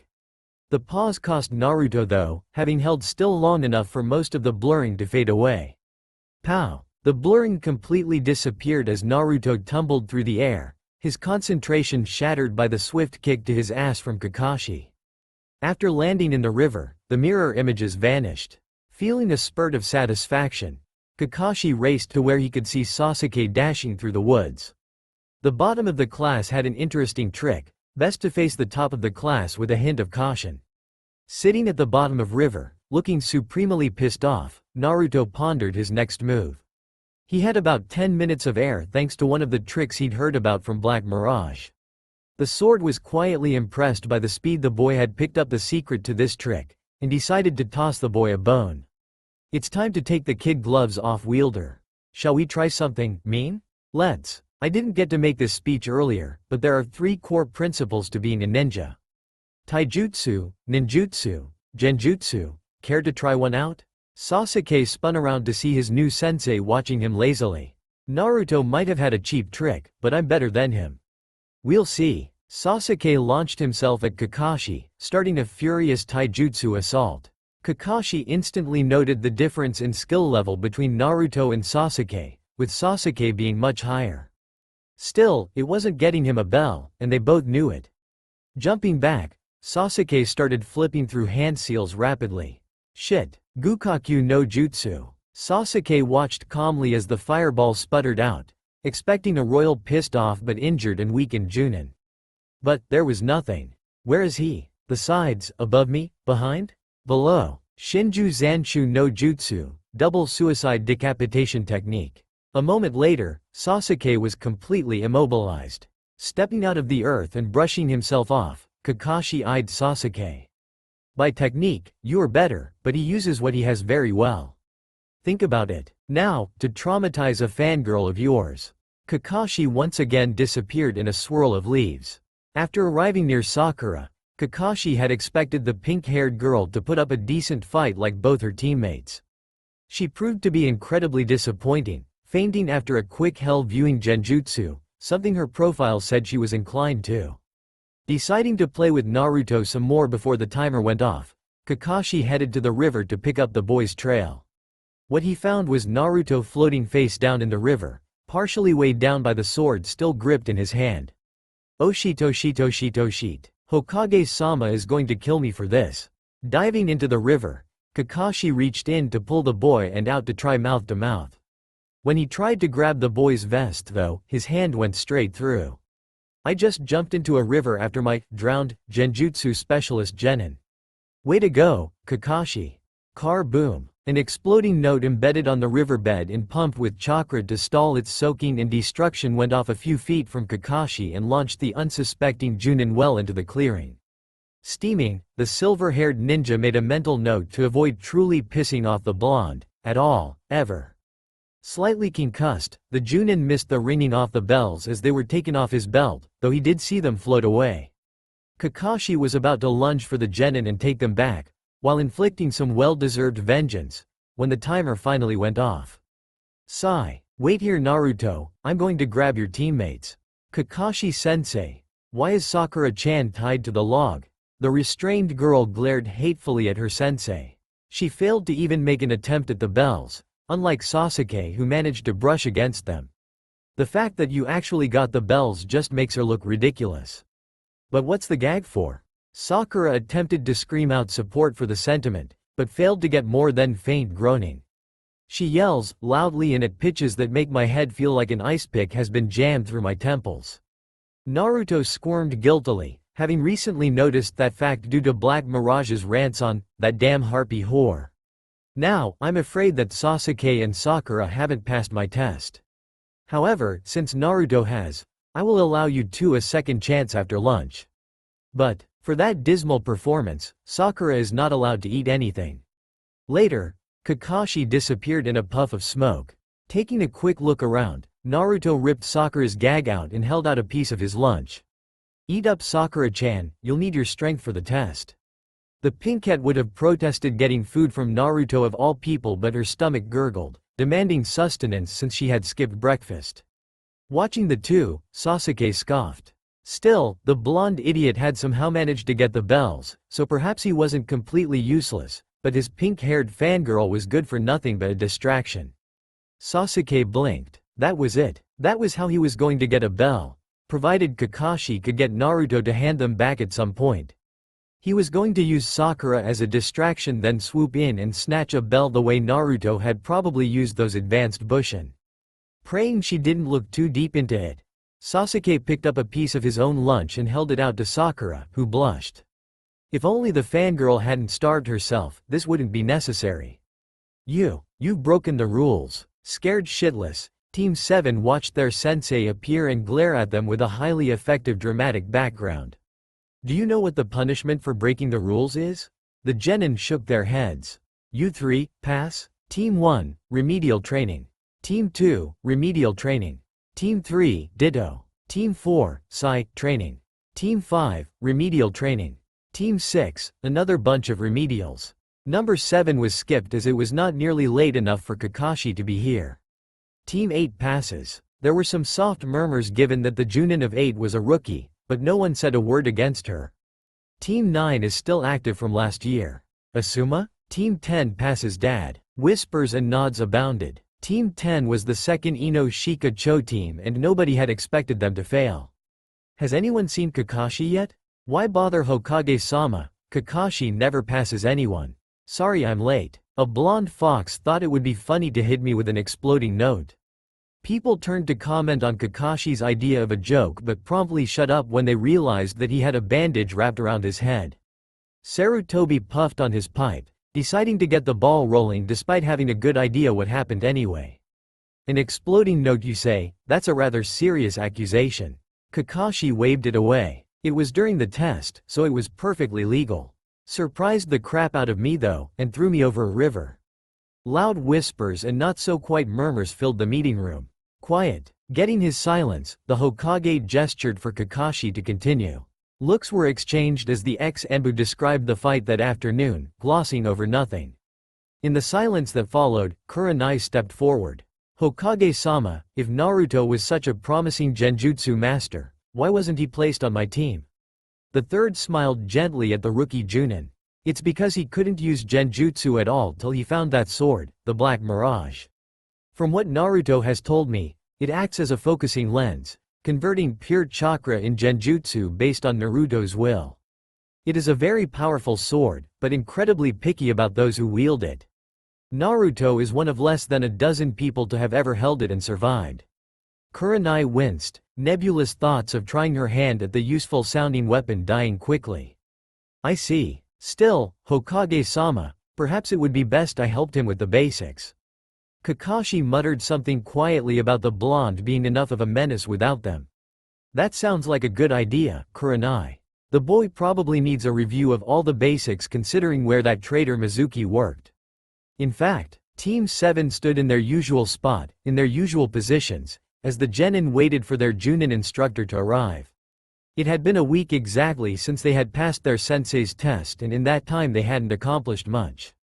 At least, not that each other knew of. So far, their team exercises had been developing and practicing group maneuvers and covering basic ninja commands and codes. They also spent a few hours each day performing D-rank mission, aka chores, and practicing their taijutsu. Kakashi had even taken the time to teach Naruto some basic sword exercises. Kakashi didn't teach him very many, given that the Anbu used a different style of weapons, but it was enough for Naruto to start with and build on. Even better, the silver-haired Junin had taken him aside one day and had given him a scroll containing a technique for shadow ventriloquism, a rather common ninja technique for changing and throwing one's voice to avoid giving away an attacker's position. To be perfectly honest, the Junin had not given Naruto the training or the scroll of his own volition. Team 7 sensei had planned to force the genin to bond with each other as teammates before teaching them anything except the basics, but Hokage-sama had been very clear that Naruto was to receive them. Apparently, the village leader felt that certain factions were going to attempt to separate Naruto from his sword. Kakashi didn't understand why anyone would bother given Black Mirage's vivid description of what he would do to anyone he didn't like, but the Junin wasn't going to protest. Although, the Junin was rather curious as to whether or not the boy had learned shadow ventriloquism yet. It'd be oh so useful today. Yo, you're late, Sakura snarled back, eyeing her blonde teammate. The kunoichi had slowly learned that for some reason, Naruto now hated loud noises and yelling. She suspected it something to do with the blonde's strange sword, but neither she nor Sasuke had managed to learn much about the blade despite a great deal of inquiring into it. Sakura had even tried being sweet about asking, but the blonde just sort of stuttered for a second, then told her no. Anyways, the pinkette had learned to never raise her voice around Naruto unless she wanted to hear Naruto threaten her with some very stomach-turning activities. I got lost in bureaucracy. Team 7 blinked, but accepted it. It was better than his usual comments about the road of life. Today I have a surprise for my adorable little genin. We're going to have mini tourney.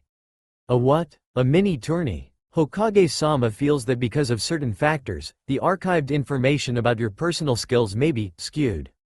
Naruto nodded silently, perfectly aware of what the Junin was referring to. So, today, we're going to have you guys spar with your graduated classmates and even some graduates from last year. So, follow me. The walk through town to the appointed training ground for the mini tourney was uneventful.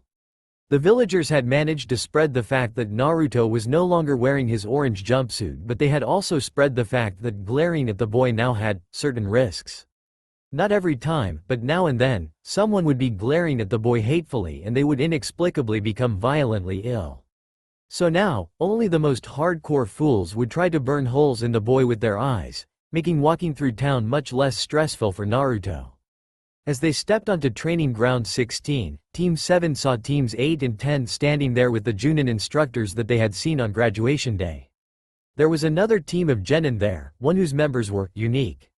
The instructor was a very tall and very ripped man with a bowl cut and oddly intense features.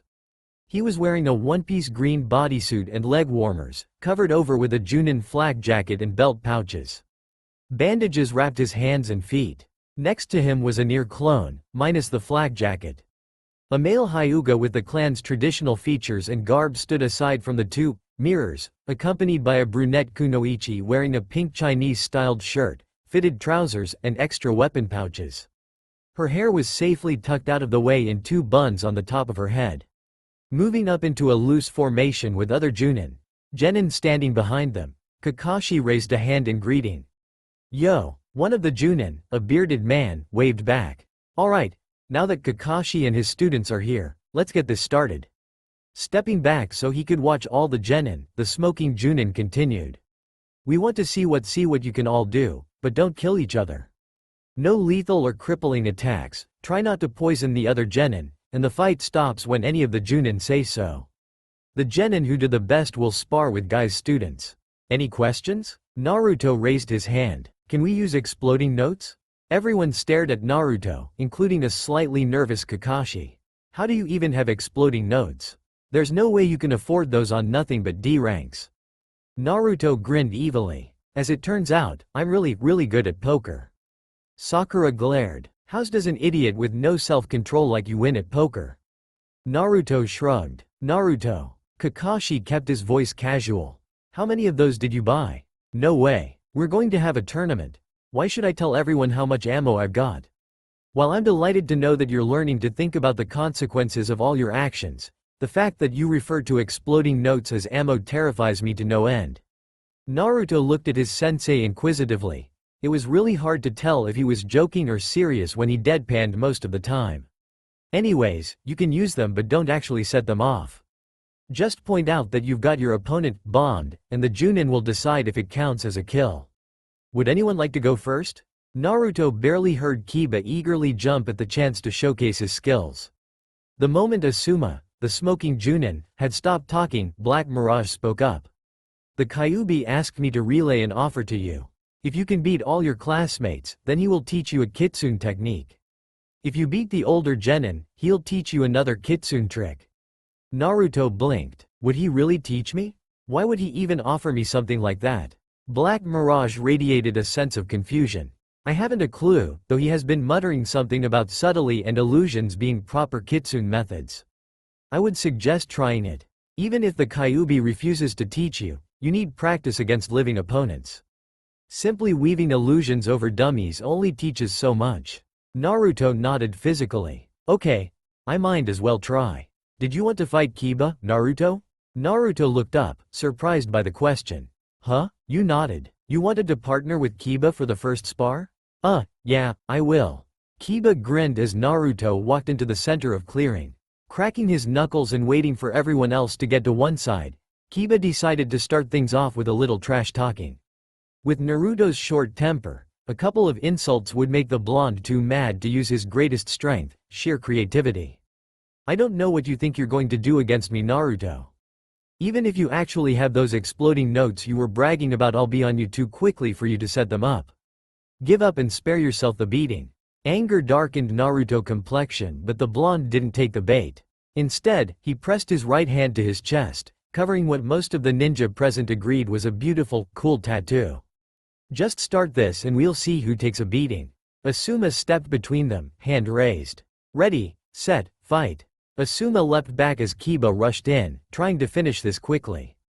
At the same time, Naruto pushed his hand into his chest, grabbed something, and heaved. As the blonde's arms straightened out, Kiba's instincts went crazy. Obeying them, he stopped rushing in and jumped to the side. Moments later, the black sword Naruto had found and teamed up with about a week ago flew through the general area he would have been in had he not dodged. Kiba stared. Man, what the hell? Where'd that come from? Naruto grinned, adding his other hand to the grip and shifting the blade into a defendable position. Neat trick, huh? Black Mirage and I have a lot of him.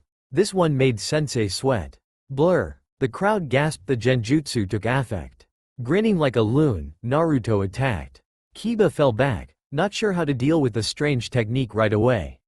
After studying the shadows for a bit, Kiba decided the trick was go crazy and aim for the middle. Shikyaku no Jutsu, four-legged technique. Naruto stumbled, watching the wild-looking boy turn positively feral. This could be bad. Eat this. With the increase in speed, Kiba rushed in again. This time he was fast enough to completely dodge the sword, landing a heavy punch in Naruto's stomach. The smaller blonde went flying, landing flat on his back, sword still in hand. Hey, even with a fancy sword, you're still not much of ninja, Naruto. Naruto growled in annoyance as he got back up, apparently unaffected by the punch. Alright Kiba, I was going to play nice, but that's it. I'll show you who's a ninja. Naruto reached into his belt pouch, drawing a kunai. Found this on the scroll of sacred sealing after I stole it. Naruto threw the kunai at the skeptical Kiba. Cage Shuriken Bunshin no Jutsu, Shadow Shuriken clone technique. A moment after the kunai left Naruto's hand, the single weapon turned into dozens. Yelping, Kiba dove for cover as the kunai rained over his side of the clearing. Strangely, all but the first kunai disappeared into swirls of smoke as they hit. Kiba stared for a moment, then growled. God damn it, it's just a stupid distraction technique. Pissed now, Kiba jumped out from behind his cover and charged at Naruto. Looking blank, Naruto grabbed and threw another kunai. When he called out the same technique, Kiba shifted his line of attack enough to avoid the first kunai and kept running. As the copied kunai would have passed by Kiba, the Inuzuka stopped dead as blood splattered from a sizable wound on his left shoulder. As everyone stared, there was a silent flash of light and Naruto disappeared as the real Naruto faded into sight, just a few feet forward, holding the black mirage outright at shoulder level. Naruto smiled sheepishly. It really is on the scroll, you know. Cage Shuriken Bunshin no Jutsu. I just didn't have the scroll long enough to learn it. Match. Asuma called, rushing forward. Medic. A moment later, a team of medic nin dropped from the trees and started treating Kiba. Naruto goggled. When they'd get here, Kurenai walked up, smiling in amusement. They were here before we started. You didn't think we'd put our students at risk without medics on hand, did you? Kurenai glanced at Kiba, quickly determining that it was a manageable wound. Her student taken care of for the moment, Kurenai decided she could now work on her personal interests. Naruto, what's the name of the genjutsu you used? Naruto looked uncomfortable. It doesn't have a name. I just make it work. Kurenai's eyes widened. Genjutsu through pure willpower was the kind of thing you only heard of coming from highly trained Uchiha.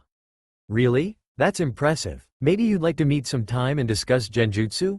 I'm a genjutsu mistress myself, and I'd never forgive myself if I didn't encourage another genjutsu user. Silently asking Hinata for forgiveness, Kurenai put on a blinding smile and laid a hand on the boy's arm. I might even teach you a few special techniques. We'll talk later about setting up a meeting, okay? Getting a quiet nod from the stunned-looking boy, Kurenai straightened up and walked back to her genin, feeling slightly dirty. Still, as long as she didn't actually do anything, it wasn't that bad. Flashing a few smiles and kind words wasn't wrong, especially if it got her answers about the sword. Alright, Kiba's going to be fine. Who wants to go next? Me. Everyone turned to Naruto. Asuma's eyebrow tried to crawl into his hairline. Naruto, you just went. Do you really want to go again? Naruto nodded. Yeah, I want to go until I drop. Asuma looked at the other Junin, but none of them protested. Despite the chattering he did, there wasn't really all that much actually known about Naruto. If he wanted to do this, they'd give him the chance and see just what he was after. I will fight Naruto. It should prove to be an interesting experience. Asuma nodded to Shino, who walked up into the appropriate starting position. Naruto got into an aggressive stance and readied for the starting wave. Ready, set, go. Naruto charged, sword ready for a swing. Shino, strangely, didn't move, even as Naruto cleaved right through his body. Naruto's mouth dropped in shock, and his grip on Black Mirage was slipping from the horror of killing one of his classmates when Shino's body dissolved into a large swarm of bugs that covered Naruto from head to toe.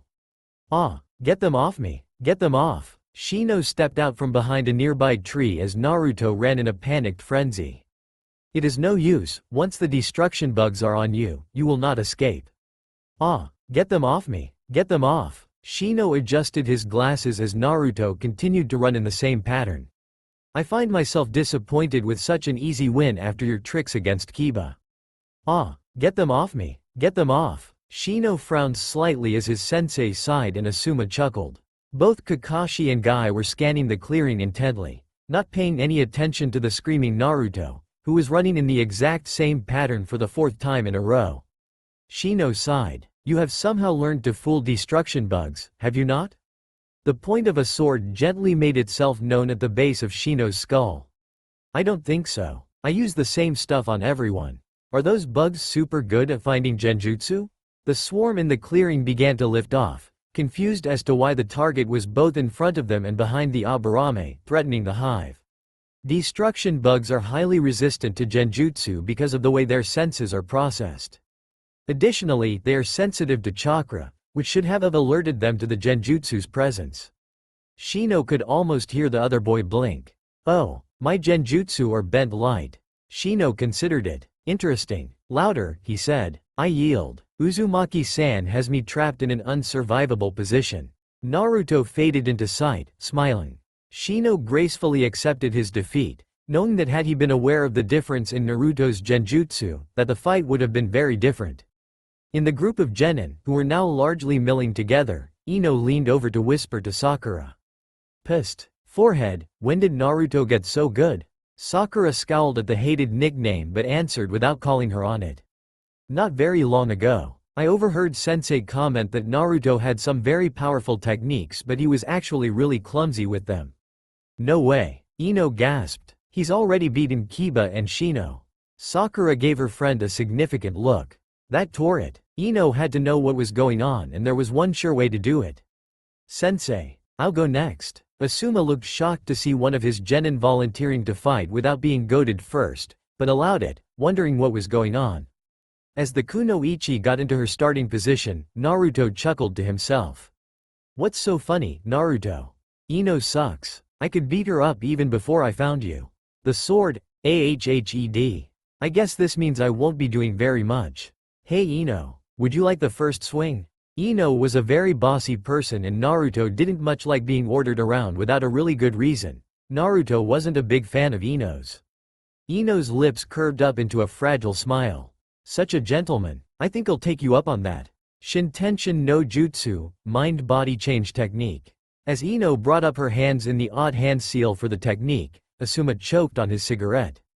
Damn it Ino. Anybody but Naruto, anybody. He was, unfortunately, too late. An orb of chakra representing Ino traveled to the confused and still Naruto, sinking into his skin on contact. Kakashi-sensei, what did she just do to me, and why isn't she moving? All the Junin and the Genin who knew about the Yamanaka secret techniques gawked at Naruto, who showed no signs of possession. Well, she's a body snatcher. A what? A body snatcher, or a skinwalker. It's a general name for creatures who enter the body of another for some reason. They tend to be very difficult opponents. It's not unheard of for a body snatcher to be killed only to have the thing jump free at the last second. Luckily, this one seems to be young and stupid. I have her walking, trapped, in the tunnels. She'll come out when she's tired. Naruto, cheed, snapping the audience awake. Ino's lost in my head, but she'll come out when she's. Whoosh! The chakra orb that was Ino's mind and chakra jumped out of Naruto and back into her body. Rolling his eyes, Naruto walked up to the recovering Ino and laid Black Mirage on her shoulder. Have a nice visit, Ino? She smiled weakly. No? Naruto wins. Helping Ino up, Asuma looked Naruto in the eyes. The boy mouthed, she's fine, greatly reassuring the Junin. Next, Sasuke walked up, eyeing Naruto as he stood across from the blonde. Naruto stared back. Sasuke knew the most about his tricks of all the other ninja, having been on the receiving end of most of regular ones. Ready, set, go. Sasuke opened with a handful shuriken, forcing Naruto to dodge. The Uchiha had learned through a week of sparring that you had to keep Naruto on the defensive. Given even a moment to concentrate, he'd cast a genjutsu and you'd be the one in trouble. Drawing a pair of kunai, Sasuke charged as the blonde was trying to set his feet. Clashing sounds rang in the clearing as Sasuke launched a flurry of attacks to keep the other boy distracted while he attempted to maneuver to blonde into an advantageous position. But Naruto had gotten almost as much out of the spars as Sasuke had. Working Black Mirage in a frenzied defense, he began slowly building up chakra.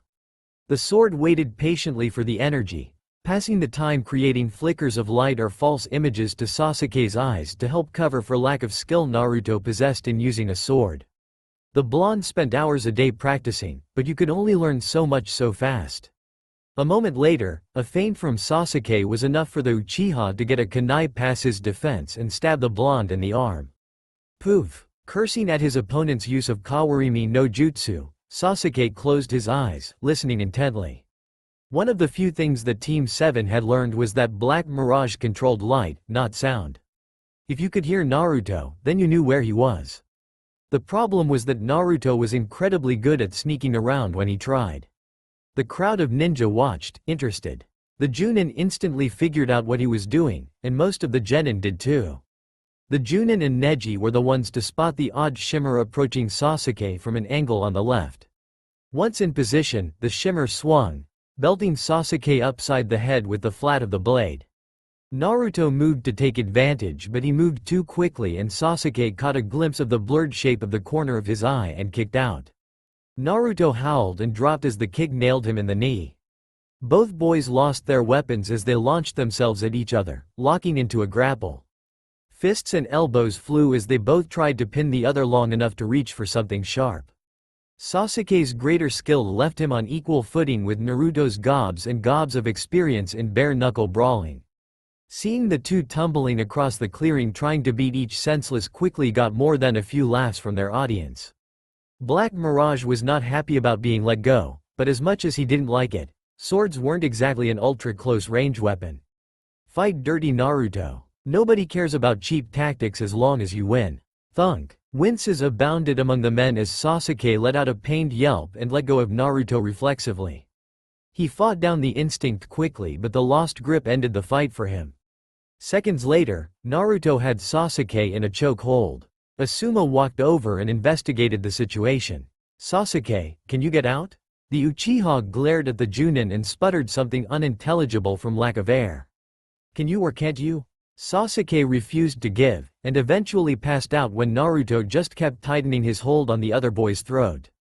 Winner, Naruto. It took a bit of work to separate the two boys, given their stubborn attempts to lock down each other, but it got done.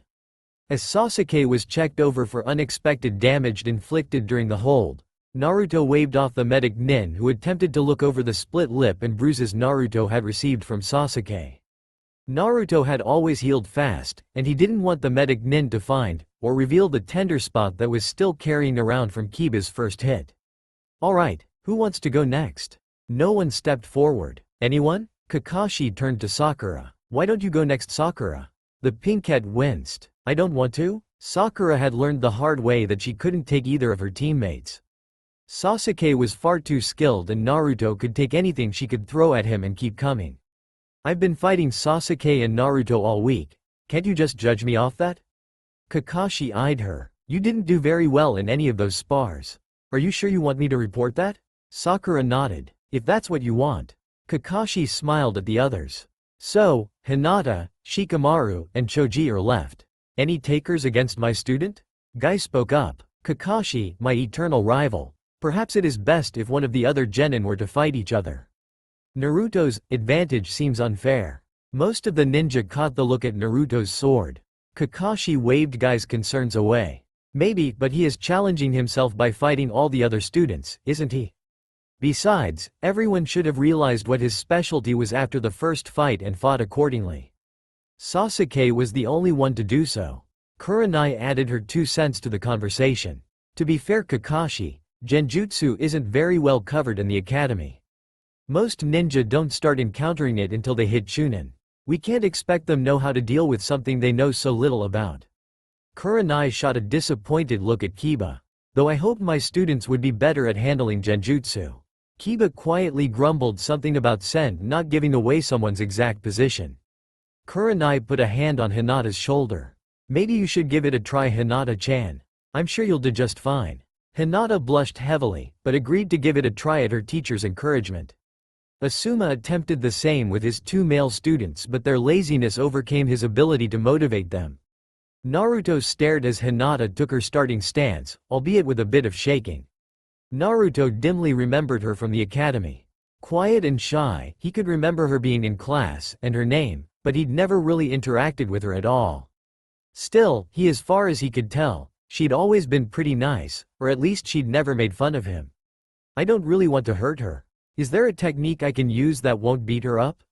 A few, yes. You're right though. It would probably be best to use a gentle takedown on this one, she seems terrified of you. Naruto could only agree with him. Even just standing there, waiting for Asuma to start the match, Hinata was staring and shaking. She seemed to occasionally mumble something, but he couldn't catch it. Weirdly, she was flushed, rather than pale, but still, he couldn't think of anything else that caused a reaction like. Black Mirage had an idea, but he was more used to controlling and destroying people instead of helping them.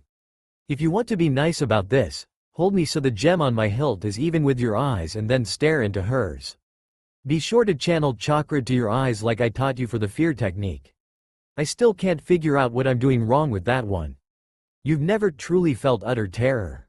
Nervousness and fear perhaps, but until you experience something, you cannot truly force others to experience it.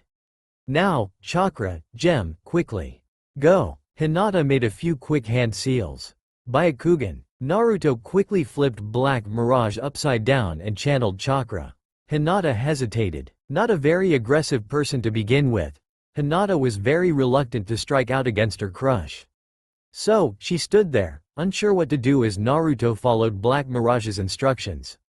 There was mass blinking as Naruto and Hinata silently stared into each other's eyes for a minute before the Hyuga heiress suddenly just collapsed.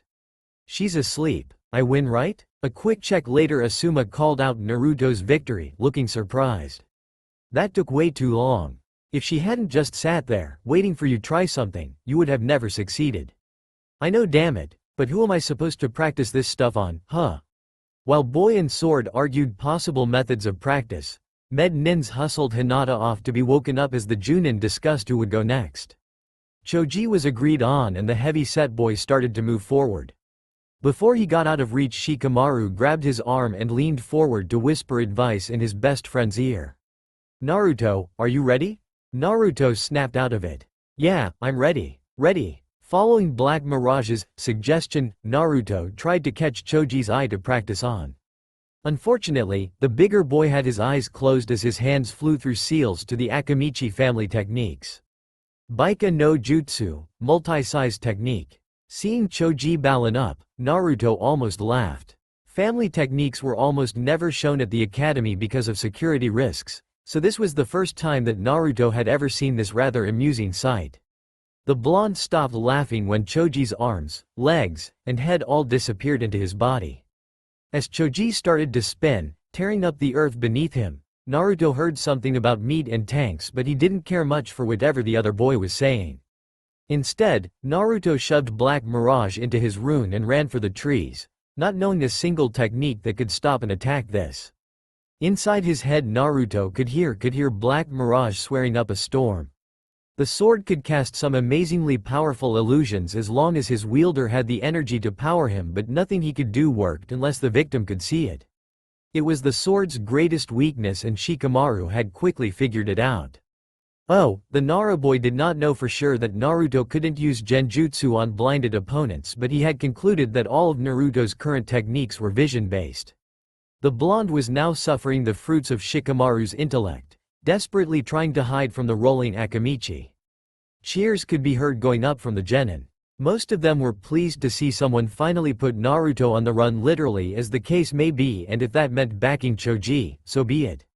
Getting desperate for a little space and time to think of something other than the sword he'd come to rely a little too heavily on, Naruto reached into his pouch and drew a tag. Tying it to a kunai, Naruto jumped and twisted midair. Eat this. Hurling the tag, Naruto used the momentum to spin back around by the time he hit the ground again. Choji swerved to one side to avoid the unprimed tag, proving that he could perceive what was going on around him, somehow. Bang! Several of the genin jumped as something crashed in the woods around the training ground. Sounds like the forest is getting torn up in there. Choji must be pressing him pretty hard if he's still running. Asuma smirked at Kakashi. Looks like Naruto's streak is about to come to end. Kakashi turned to smile back at Asuma. Care to make a bet? Hidden in the crook of tree, Naruto watched Choji steamroll through the forest, demolishing smaller trees and knocking around the bigger ones. So far, the only thing keeping him from being squashed was superior stealth skills and the ability to jump from tree to tree. He'd tried a couple shuriken, but they had just bounced off Choji's rotating bulk. He could try more tags to make the other boy back off to avoid being killed, but he didn't have all that many exploding notes and Choji wouldn't hold still long enough for Naruto to step up a trap. Face it, you may have to just wait this one out and hope he stops that attack long enough to ensnare him in an illusion. Naruto scowled, but silently agreed. He just hated waiting. Crash. Distracted by his conversation with Black Mirage, Naruto failed to note Choji head straight for the tree he was hiding in. Cursing like a sailor, Naruto hit the ground hard, losing his breath. Bouncing off one of the thicker trees in the area, Choji launched himself into the air and towards Naruto. Look out below, Naruto screamed as over a half-ton of Akamichi flew straight at him. Waiting impatiently, the assorted members of Teams 7, 8, 9, and 10 stared in the trees where the medic nin team providing first aid for this event had raced into the woods after the enormous crash. Kakashi fidgeted ever so slightly, afraid that the crash was Naruto slipping with his impulse control and blowing up Choji. It was a few very uncomfortable minutes before medic nins marched out of the tree line carrying the exhausted but conscious Choji. Asuma let out a sigh of relief at the sight of his intact student. Shortly afterwards, Naruto staggered out of the trees, framed by concerned medics. Naruto was, for lack of better words, messed up. The blonde was covered in dirt, shredded plant life, and spatters of his own blood. Strips of his wraps and ribbons were either torn or missing, and Black Mirage was still hiding in his rune. With so much of his skin exposed, it was easy to see that most of the boy's body was developing bruises. To top it all off, the skin over his left eye was split and his nose looked freshly broken and reset. Looking barely aware of his surroundings, Naruto was led back to the main group. Naruto? The blonde seemed to snap into focus at the sound of his name. Uh-huh, you okay? Naruto managed a nod. Yeah, anybody left to fight? Kurenai approached him looking concerned. Maybe you should stop now, Naruto. Yes, Guy cheered, popping up behind Naruto unexplainably, startling the genin into falling down. The flames of your youth burn brilliantly, but perhaps it is best that you retire from the field. Getting back up slowly, Naruto shook his head. No, I gotta get everyone, that's the deal. The Junin exchanged worried looks while the genin did the same out of simple curiosity. Neji and Sasuke were the only ones who didn't seem to care. What deal? Kakashi asked, managing to sound bored. The one Black Mirage made. I get a new technique out of it. Naruto was referring to the fact that Black Mirage brokered the deal for him with the Kyuubi. The Junin all relaxed, thinking that the sword was offering Naruto a deal personally. You sure that it's worth it? Asuma asked around a cigarette. Naruto huffed and nodded. Yeah, let's just get going. The blonde staggered back into the center of the clearing, drawing black mirage from his chest. Come on already, let's go. Shikamaru sighed and slouched his way out to settle across from the dizzy-looking Naruto. Troublesome. You look like Choji landed a direct hit. How are you still standing? Naruto grinned unsteadily. I'm tough, and I heal very quickly. You want a piece of this? Shikamaru's right eyebrow lifted slightly as Naruto slurred that last sentence. If I just stand here, you'll pass out anyways. Why bother? Naruto stared, processing that comment slowly. This gave Naruto time to realize that Shikamaru was standing there with his eyes closed, and a look of intense concentration. Slowly, the blonde reached into his belt pouch and removed several kunai and a stack of exploding notes. Naruto tucked Black Mirage under his left arm and began laboriously applying exploding notes to the kunai. Once finished, he tossed them at Shikamaru. Instantly, the shadow user jumped back and ducked. Naruto swore, realizing that the exploding notes were pretty much useless to get Shikamaru to surrender. Grabbing shuriken, Naruto threw them straight at Shikamaru, who dodged again, in a slightly different pattern. Troublesome. Kage main no jutsu, shadow imitation technique. Naruto gaped as Shikamaru's shadow suddenly came alive and rushed across the ground. Still a little concussed and confused about the movement of the shadow, Naruto didn't move at all before Shikamaru's shadow attached to his. The moment it did, Naruto lost all control of his body. Huh? Shikamaru sighed, before lifting his arms and opening his hands when they were extended. What are you doing, Naruto? Why did you let me go? Kage main no jutsu, Shikamaru repeated, opening his eyes. Once caught in my technique, my opponent is forced to copy all my movements. You're helpless. Give up or I'll have you grab a kunai from your pouch and hold it to your throat. Naruto seemed to be thinking it over. Shikamaru wasn't comforted to see clarity returning to Naruto's eyes. Your shadow makes me do things? Shikamaru really didn't like that question. Why does it matter? Naruto grinned. Then, he said a single word. Darkness. Shikamaru sighed as all light in the clearing died and his technique vanished. The Nara secret techniques worked best with lots of shadows, but this darkness had destroyed all light, preventing the existence of shadows. Slinking away from where he'd been using the Kage main technique, Shikamaru headed for the tree line, hoping to escape this darkness technique before. Twack. Less than a minute after all light fled from the clearing, it returned revealing a panting Naruto holding Black Mirage like a club. Shikamaru was groaning on the ground, clutching his head. I win. That said, the blonde collapsed, Black Mirage turned into light and vanished into Naruto's chest. Well, how did it go? In the Hokage's office, the Junin of teams 7 to 10 stood in a semi-circle in front of the village leader's desk. Puffing away on a cigarette, Asuma answered for the group. Naruto did much better than we expected, managed to take on the rest of his class and win one-on-one. It is unfortunate that my adorable genin could not test the flames of their youth against the blaze that is Uzumaki-san, but Lee looks forward to a match of youth in the future. Sarutobi sent a look to Kakashi, silently asking for a translation. Closing his icha-icha, Kakashi drew himself upright. Naruto kept insisting on fighting all his classmates in one-on-one matches. His first couple of wins were rather easy since no one quite expected the dead last of the class to suddenly begin hurling genjutsu like they were out of style, but as the matches progressed and the genin began adapting, he nearly lost a few times. If he were to try again, he probably would not be able to defeat them all again.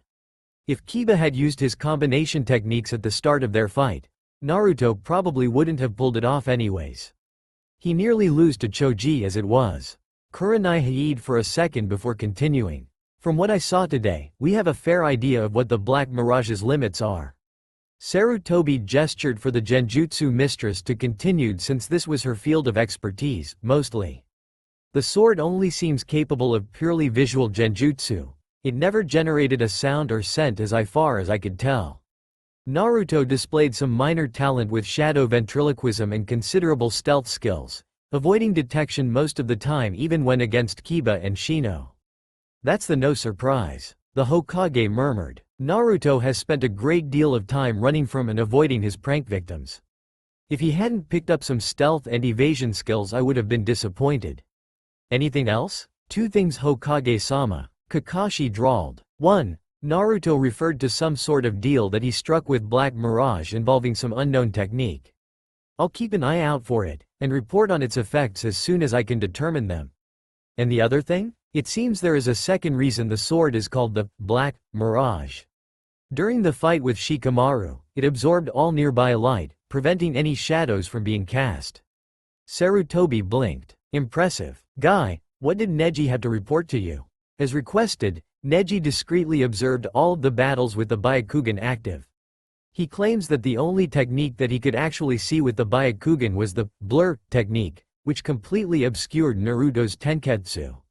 No other genjutsu Naruto created seemed to appear while the Byakugan was active, though they were perfectly visible once Neji deactivated his bloodline. Interesting, the Hokage mused. Thank you all for assisting in the investigating of Naruto's sword. We have yet to find any records of it in the tower, which leads me to believe that the sword may predate the village. Our records only covered about 120 years or so it is entirely possible. Doesn't that mean that someone secretly hid it in the scroll of sealing then? Kakashi pointed out. Yes, the Hokage said grimly. Yes it does. Carrying an air of stubborn determination, Naruto walked down the drab corridors of his own mind. The last thing the boy remembered involved a fight with his former classmate, sorta friend Shikamaru, and a contest. Arriving at the gigantic bronze gates representing the Kyuubi's prison, the blonde ninja couldn't help but feel a bubble of excitement growing in his chest. The fox had promised a technique if he defeated his classmates, a victory he had pulled off due to luck and surprise and not something he looked forward to again. Still, despite his excitement, Naruto was also feeling a great deal of doubt. The nine-tailed beast had promised to teach him a technique, but would the living disaster keep his word? Here for your lesson already, human? Naruto jabbed a finger at the demon lord, shouting his response. Damn right I am, and don't try anything funny. You promised me a technique and I better get one. The Kyuubi snorted in contemptuous amusement of the human's demands. If I were to try anything funny, Brad, I truly doubt your minuscule human brain would be able to comprehend it. The Yuko's massive eyes narrowed. Still, as even you know, a promise must be kept. And, since you have had the sense to attempt to ape your betters, the cunning Kitsune, I have decided to attempt to teach you the most basic of Kitsune attacks, Kitsune Bai. Naruto gaped. How am I supposed to learn Kitsune techniques? You contain the greatest of all foxes, Brad. If there is any hairless ape in this world capable of Kitsune magic, it is you. Now pay attention, human.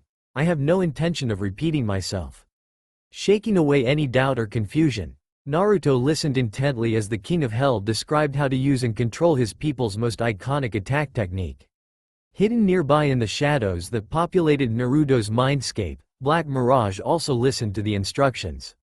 It was not every day that had a chance to learn from such a being without paying a hefty price. It was an opportunity the sword was not about to pass up. In one of the newer growth areas in the forest surrounding Konoha, three figures flitted from shadow to shadow, closing in on their unsuspecting prey. The target itself was relaxing in a sunny clearing, enjoying the warmth and peace of the midsummer day. The three figures spread out along the edges of the clearing, keeping one eye on the target at all times. Once they were in position, each figure raised a hand. This is Firefan, in position. This is Pink Princess, in position. This is Rainbow Brat, in position. Confirmed target ID. Description match, complete with red ribbon over ear. Then operation is a go. Repeat, operation is a go. At this, all three shadow-concealed figures leapt towards the target, revealing the genin of Team 7. The target, the infamous escapee cat Tora, started at the unexpected movement and tried to make a run for it. Sadly for Tora, the genin's approach had been in a well-coordinated triangle pattern, leaving no open avenue to retreat through. Sadly for the genin, Tora quickly realized this and reacted as most cornered animals do. She attacked, as viciously as possible. Son of a motherfucking bitch. Howling, Naruto went down with a snarling, clawing feline trying to scratch out his eyes. Why does it always go for me? I never did anything to it. Sasuke and Sakura watched with no small amount of vindictive glee as Naruto rolled around on the ground trying to pry the angry cat off his face. Naruto would have been super pissed to know that Sasuke and Sakura had both taken to hesitating at the last second when rushing Tora after the first time this particular D-rank mission had been assigned to Team 7. As far as they were concerned, this was just getting even for the beatings the blonde bastard kept tossing them in their spars. Sasuke was feeling particularly vindictive since he'd always been able to beat Naruto in a fight at the academy. Now though, he only won when Kakashi put some restrictions on the match. Still, Sasuke thought, we'll see how often he wins when my Sharingan awakens. Kakashi lazily strode into the clearing as Naruto finally managed to restrain Tora. Good work team, let's head in for our next mission. Kakashi's one visible eye swiveled in its socket towards Naruto. You alright over there, Naruto? I hate this cat so damn much. Scowling, Naruto got to his feet and extended his arms to keep Tora from going at his eyes again. If I'm the one who keeps getting scratched, then I'm picking the code names next time, Kakashi-sensei. Waving away the demand, Kakashi turned and started walking, obediently followed by his genin all the way to the Hokage's tower. Once there, Team 7 turned Tora over to her owner, the Fire Daimyo's wife. Distracted by trying to memorize the sight of Tora being squeezed to the brink of death, Naruto almost missed hearing Sarutobi listing of possible missions for them to take. Babysitting, picking up groceries, unloading a merchant caravan. Stop. The Hokage quirked an eyebrow at the sudden outburst from Naruto, but he really wasn't surprised at all. At least he had the sense to wait until the daimyo's wife left. That old rumor monger would have never left if she sensed something potentially juicy. I take it you have something you want to say, Naruto? Hell yeah, I'm tired of these dinky kitty jobs. Give us something harder, old man. Me and Mirage need a challenge. Black Mirage mentally growled his agreement with the sentiment, badly craving conflict now that he was out of the scroll and in the hands of a true wielder. Sarutobi smiled slightly as Naruto went on a rant about how he'd never be Hokage if he never did anything cool.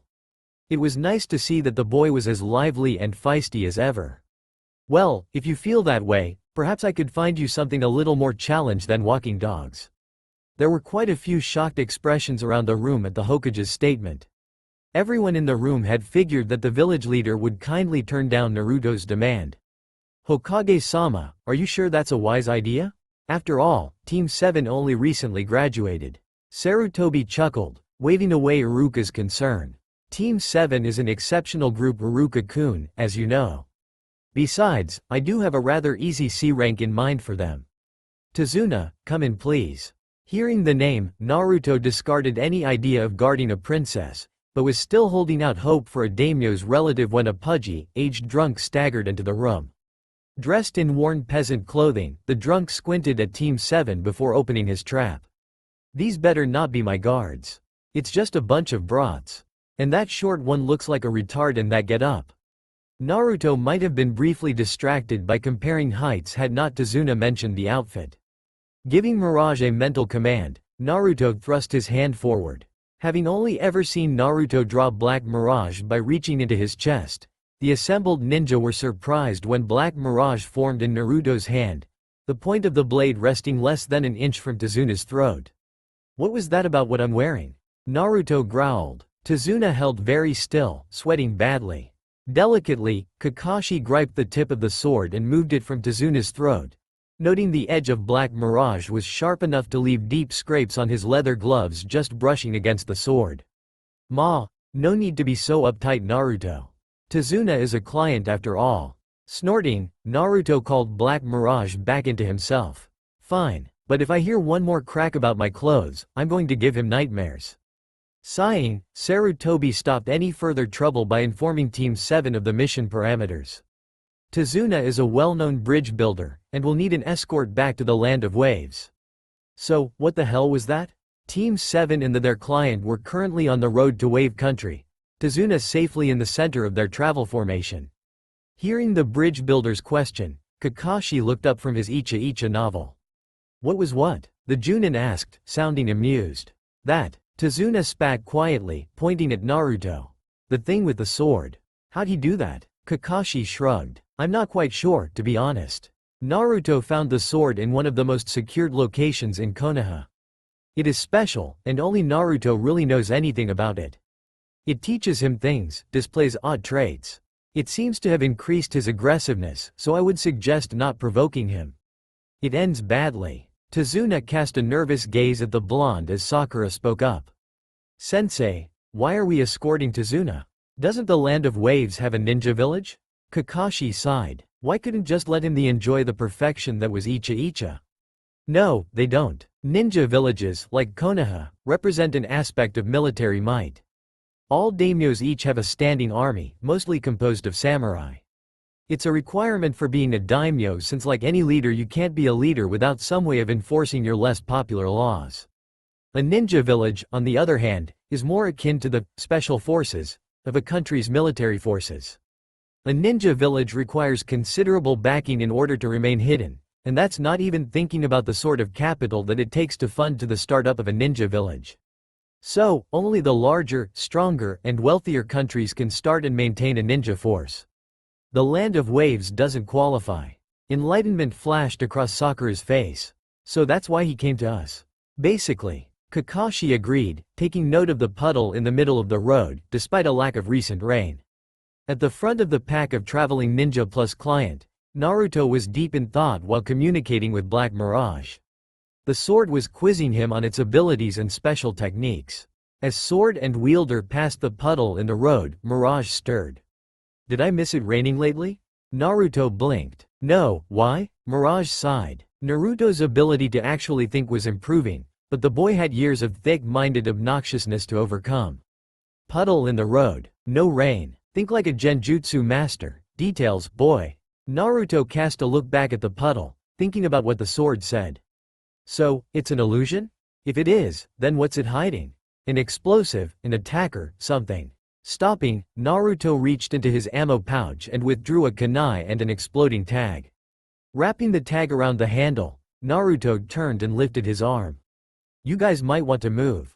Eyes wide, Team 7 scattered, Kakashi grabbing Tazuna. The sizzling tag and kunai hit the puddle as a pair of ninja with odd garb and slashed hidden mist forehead protectors appeared from its depths. Wearing blade claw gauntlets on opposing hands connected by a chain made of razor-edged links, the two nuke nin tried running from the explosion but took too long releasing their ambush technique. Boom! Reeling from being caught next to the explosion, neither ninja put up much struggle when Kakashi took them down. A solid hit the back of both ninjas' head knocked them out. Clucking his tongue, Kakashi brought out a spool of ninja wire proceeded to tie up both men. I was hoping to confirm who they were after, but good job spotting them, Naruto. The tag might have been a bit much though. Naruto scratched the back of his neck, looking sheepish. Well, it's not like I know how to dispel someone else's genjutsu. I had to go with what I know. Kakashi made a mental note to teach Naruto genjutsu disruption techniques ASAP before turning to Tazuna. Well, given that I'm a Junin and my genin aren't exactly high priority targets, I'm going to assume that the Demon Brothers were after you, Tazuna-san. Demon Brothers? Sakura asked, recovering from her scare about this whole situation. They're Chunin nuke nin from Hidden Mist. They specialize as tandem tactics and assassination. If they are here though, there will be more coming. These guys never work alone. Kakashi turned and stared hard at an already nervous Tazuna. Just who did you piss off, Tazuna-san? The bridge builder sighed, deciding that he wasn't going to be able to hide this any longer. Gato, of Gato Corporation. He's trying to kill me before I can finish the bridge. Sakura's nose scrunched up as she looked puzzled. Why would anyone want to kill you for building a bridge? Because, Tazuna sighed, he's trying to keep us from freeing ourselves. Seeing the blank looks on the ninjas' faces, Tazuna continued. A year back, a businessman named Gato came to Wave and started buying companies. Once he owned most of them, he started using strong-arm tactics to drive everyone else out of business. All too soon, Gato owned just about everything. He's been crushing us into nothing ever since. Nobody knows what he's doing. Tazuna's fists clenched. What kind of CEO buys everything and then runs into the ground? But, my bridge could change all of that. It'll be a fresh source of hope and income. Kakashi coughed lightly. That's nice, but you lied about the mission ranking. Tazuna's sweat dropped. He'd really hoped they would have forgotten that during his speech. I had too. Wave is super poor thanks to Gato. Even the daimyo couldn't have afforded a more expensive mission and still finished the bridge. Kakashi popped his neck and sighed. Be that as it may, you falsely reported mission parameters and you got a severely underpowered team for this mission. We're going to have to return to Konoha. Tazuna decided that it was time to go for the soft underbelly. Sure, I understand. I'll just continue on alone, and Gato will kill me for trying to free Wave from his tyrannical grasp. My poor daughter will cry for days and my grandson will hate Konoha forever, but you got to do what you got to do. Goodbye ninja, goodbye world. Waving his hand dramatically, Tazuna started down the road to Wave. Fidgeting uncomfortably, Kakashi looked at his genin, who were all staring at him intently. Kakashi flinched. God damn it. Thanks again guys for changing your minds. Total victory. Kakashi glared at his genin who either smirked or smiled. Tazuna and Team 7 were at the moment being ferried across the strip of ocean that separated Wave from the mainland. Their ferryman was a scrawny and very nervous fellow, telling them to shut up anytime one of them spoke. As Wave slowly became visible through the thick fog surrounding it, the ferryman seemed less nervous, but he was still obviously not happy with transporting them. The moment they hit land, he ushered them off his boat and then took off as soon as they were all off of it. Ignoring the man's rudeness, Team 7 set off through Wave towards Tazuna's house, on another shore of the country. The group traveled in silence, slightly freaked out by the fog. Kakashi was merely tense, more used to this kind of thing, but still. There is someone out there. It seems the Demon Brothers' backup arrived faster than I expected. I wonder if my genin have noticed yet? As if answering the unspoken question, Naruto snatched a kunai from his ammo pouch and whipped into the foliage to his left. Ignoring Sakura's shout about Naruto being stupid and a show-off, the blonde rushed after the kunai, reaching towards his chest. Then, he froze. What the hell, a rabbit? Swearing mentally, Kakashi followed his student, fairly sure he knew what had happened since he felt something from the bushes too. Where Naruto was looking was a badly shaken rabbit with pure white fur. What the hell? What's a rabbit doing here? I could have swore I felt killing intent. Although curious about how Naruto knew what killing intent felt like, he was more concerned about the rabbit. That's a snow rabbit, the Junin murmured out loud. Sakura and Sasuke looked at the man curiously, wondering why he was so distracted by a rabbit.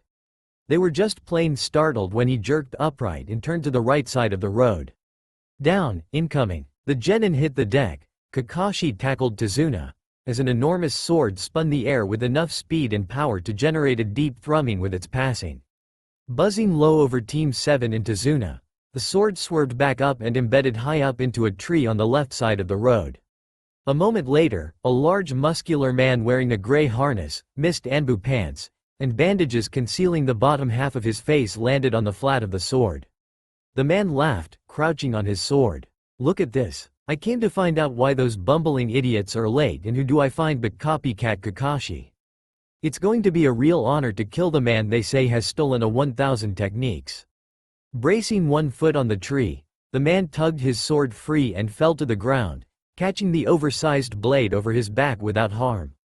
Tell you what Kakashi, give me the old man and I'll let your snot-nosed brats run home with their tails between their legs. Zabuza Momochi, the devil of the hidden mist. That's a very generous offer Zabuza, but I'm going to have to decline. Kakashi reached for his forehead protector, shifting it up off of his eye. Team 7, guard Tazuna, don't let Zabuza get to him.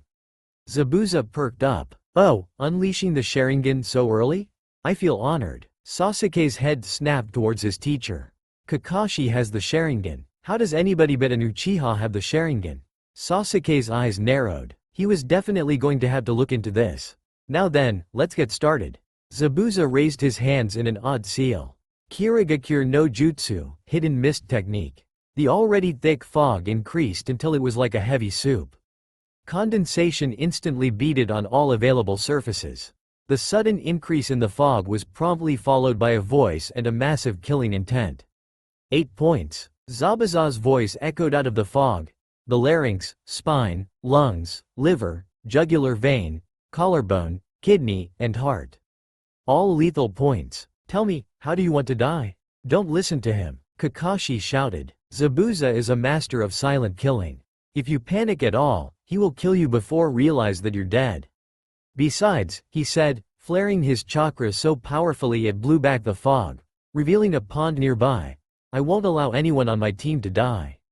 Zabuza laughed. "Too bad, I'm going to make a liar out of you." In a blur of speed, Zabuza appeared, ready to cleave through the genin and Tazuna. Die! Kakashi took off like a shot, planning to stab the man in the gut before he could swing. Long before the leaf Junin made it, Naruto thrust his palm at Zabuza. "Eat this, asshole." In a bright flash of light, black mirage formed in the blonde's hand, plunging deep into the nuke nin's torso. Kakashi petered to a stop, surprised. He hadn't thought Naruto would have reacted that fast. The impaled Zabuza gurgled before bursting into water and soaking the ground. Kakashi swore as the genin looked on, shocked. "Oh," Zabuza said from the fog, sounding amused. "So one of the brats has a sword? Where did you get it, boy? Out of your father's closet." Although he wasn't showing it, Zabuza was rather interested in where the blonde had been hiding the blade. He could see some nice uses for that little trick. Naruto growled into the mist. "I earned this sword, you eyebrow-less freak. Why don't I show you how?" Letting loose with his own not inconsiderable burst of killing intent, Naruto's form shimmered and he stepped into the mist, invisible. Kakashi and Zabuza both wore identical expressions of shock, though they couldn't see it. After a moment, Kakashi allowed himself a chuckle. He of all people knew how effective copying people was at throwing them off their game. Zabuza's reaction was considerably less reasonable. "What the fuck? That brat is a kenjutsu user. Who the hell taught him that?" Calming down, Zabuza focused on his hearing, planning on spitting the brat the moment he heard something. Back with Kakashi and Tazuna, Sasuke and Sakura were both a hair's breadth away from screaming in utter terror. Zabuza, Kakashi, and now Naruto, all throwing their killing intent around? It was liking being an extra in a slasher movie and knowing you were going to get axed to increase dramatic tension. I can't stand this," Sasuke thought, trembling and reaching for a kunai. "I had to get away from this, even if I had to kill myself."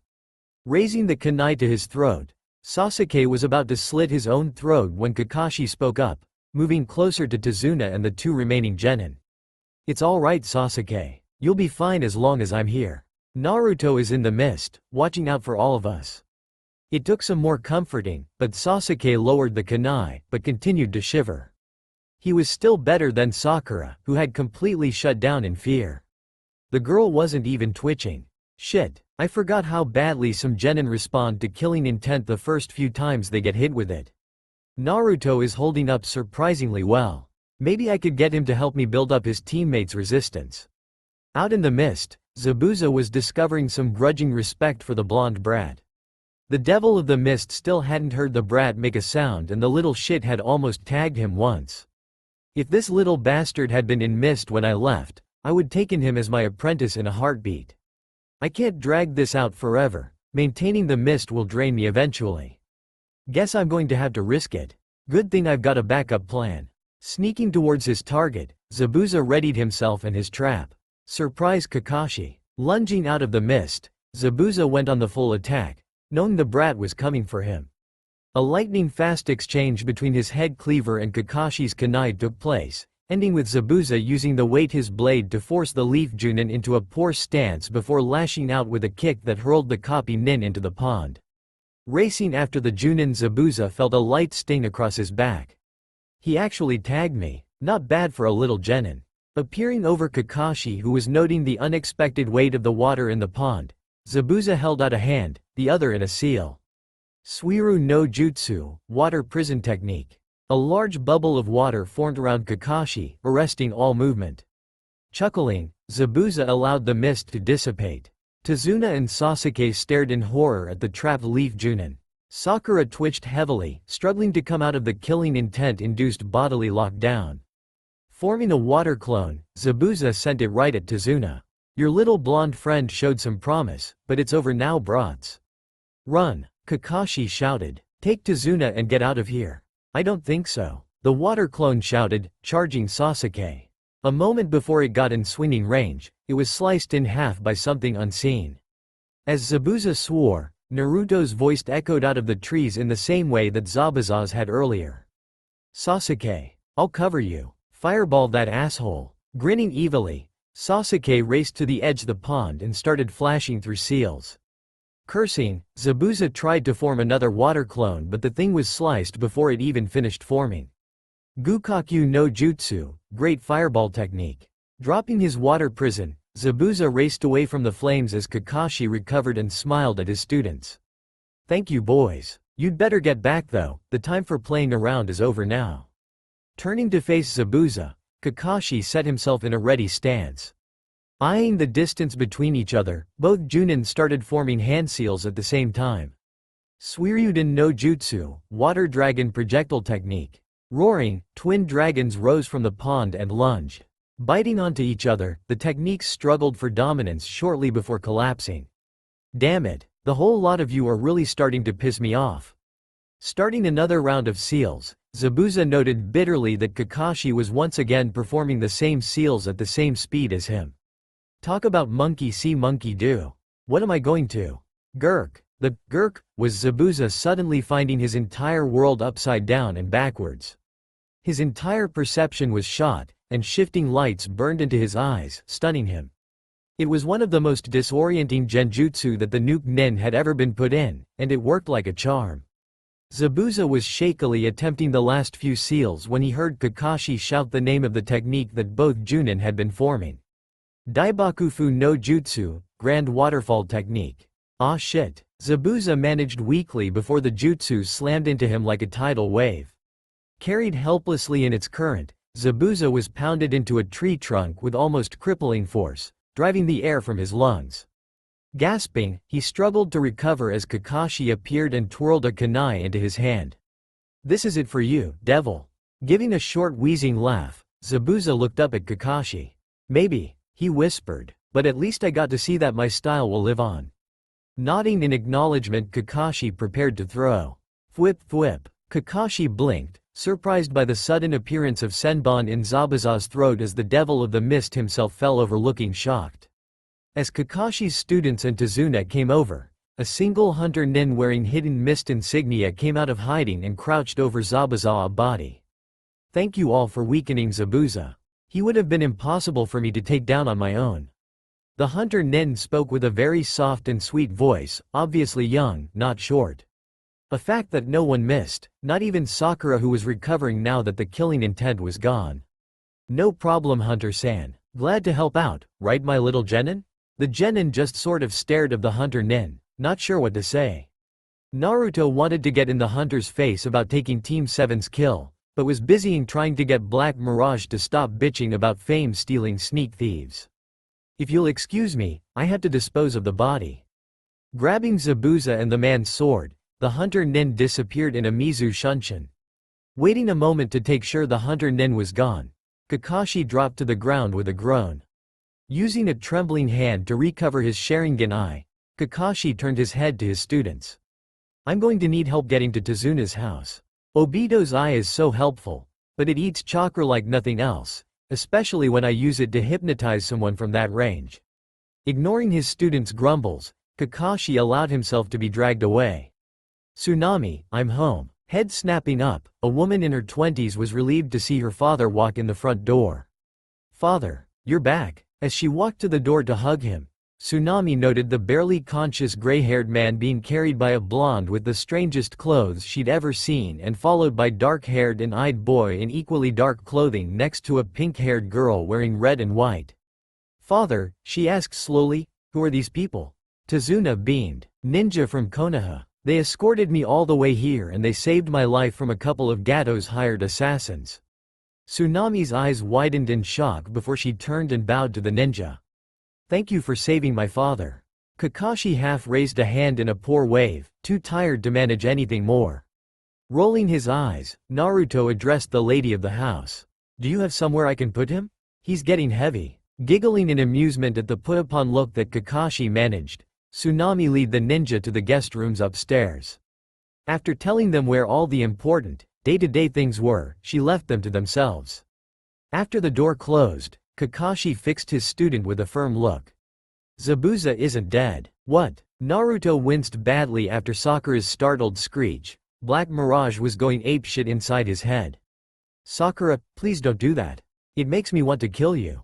Cutting off any argument with a glare and a quick shot of killing intent, Kakashi continued.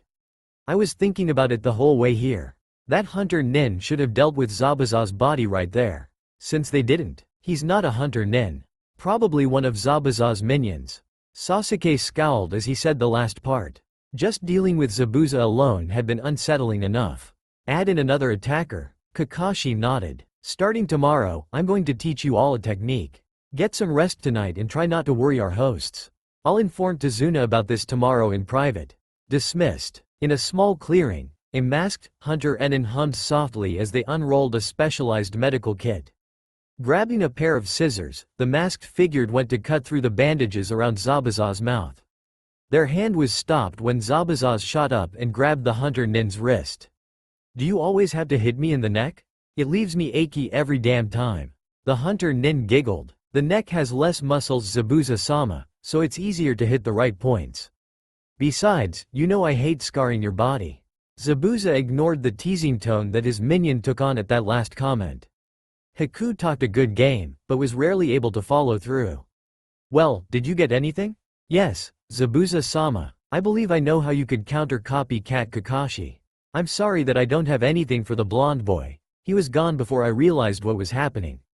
Zabuza grunted. Doesn't matter. Tell me your plan. Breakfast was interesting to say the least. At the morning meal, Team 7 was introduced to Tsunami's son, Inari. Inari was a young boy who somehow carried an aura of doom and gloom more intense than what usually followed Sasuke around. After eating, Kakashi took Tazuna to one side and explained that Zabuza wasn't dead. Tazuna, fearing for his family, had told Tsunami and Inari to be careful, that some of Gato's assassins were still running around. Tsunami had gasped in fright and Inari, to the surprise of the ninja, just snorted something that sounded like, of course he does. Still, it wasn't their problem, and the ninja soon headed outside to begin training. Using a cane as support, Kakashi led them a short ways into the trees before turning to face his students. Today, I'm going to teach you to climb trees. Seeing the disbelieving looks, Kakashi decided to clarify. Without your hands, channeling just a bit of chakra, Kakashi walked a short way up and then back down the tree trunk. The Junin chuckled a bit seeing their gobsmacked expressions. Tree walking is considered a basic chakra control exercise, and a primer for water walking like you saw me and Zabuza doing. The trick to tree climbing is to gather chakra at the soles of your feet. Producing 3 kunai, he tossed them at his students' feet. Use this to mark your progress. Now if you'll excuse me, I'm off to play invalid. As soon as Kakashi limped out of sight, the 3 genin grabbed the kunai and got started. The surprise of both boys, Sakura was able to successfully climb to the top of her tree in 2 tries. Feeling irked, Sasuke and Naruto took to the practice with real fervor. Feeling bored, Sakura hung around to cheer on her crush. Slam! Tazuna, Tsunami, Inari, and Kakashi all looked up as the genin of Team 7 stormed into the living room in time for dinner. Well, Sasuke stormed anyways. Sakura and Naruto followed him at more sedate paces. The pinkette was looking nervous and a little worked up, Naruto just looked smug. Oh, done already? Me and Sakura are, Naruto said, shooting a smirk at Sasuke, who clenched his fists in anger. Heck, if you show us a few more techniques, I bet I could take down Gato's thugs single-handedly. Naruto laughed, obviously joking, but Inari didn't quite take it that way. Shut up, just shut up. You think you can laugh about Gato, but he's going to kill you all. Naruto snorted, as if I die that easily. You will. You'll die just like everyone else who tried to play hero. You're nothing, a loudmouth idiot who's going to die when Gato sees you. Inari was vent some serious issues with his speech, making everyone but Naruto feel uncomfortable. I don't even know why you think you're here. It's not like a bunch of stupid ninja would care or understand how we're suffering. Kakashi winced as he watched Inari stumble on one of Naruto's button and mash the hell out of it. Crack! Bringing his fist down, Naruto smashed the dinner table in half without really realizing it. The blonde and his sword were both furious at this mewling brat, their deep-seated agreement boosting Naruto's abilities. As Black Mirage snarled at Inari for insulting them, Naruto decided that the boy needed a little lesson on the realities of life. You're just a spoiled little brat, aren't you? Although they all knew it was Naruto talking, it did not sound like him. It was far too low and dangerous. A predator's purr. You think that just because things look bad, You can throw yourself a pity party and have everyone kiss your ass, is that it? Well, I got news for you. Your life is a fucking vacation compared to my childhood. You have a family that loves you, a home to come to, and all the support you could want. Naruto's chakra began to burn in his fury, becoming plainly visible to all and sundry. Holy Kami, Sakura breathed, having never realized that Naruto had that much chakra. I've never met my parents, I don't even know their names or what they look like and probably never will. When I was 4, I got kicked out of the orphanage for being a monster. I lived on the streets for a month before our village leader realized I was missing. I've lived by myself, been all alone, ever since, surrounded by people who hate me for something that happened the day I was born. Naruto raised his head and everyone, including Kakashi, gasped upon seeing that the blonde eyes were now slit like a cat's and that his iris had been replaced by a swirling rainbow of color. Do you have any fucking idea, brat, what it's like to look at a crowd and know that every single person you can see wants you to die? I do. I've known what that's like since I was 5, before I ever set foot in the academy and started on my ninja path. Suppressing a full-out snarl, Naruto turned and stalked out the door, firing one last comment over his shoulder as he went. Piss and moan all you want, Inari. I'll be around, working my ass off to make my life a better place. An awkward silence filled the house after Naruto's departure, until Sakura worked up the nerve to ask her teacher a question. Sensei, why did Naruto say all that? Kakashi huffed, but didn't dare ignore her. The last thing the village, and Naruto, needed was someone poking into the blonde's past. Because, it's true, Naruto has had a very harsh life, and has been almost completely alone for most of it. I wouldn't suggest that either of you pry into it. Naruto is very private about certain things, and his past is one of the few things that sets him off, in a nasty way.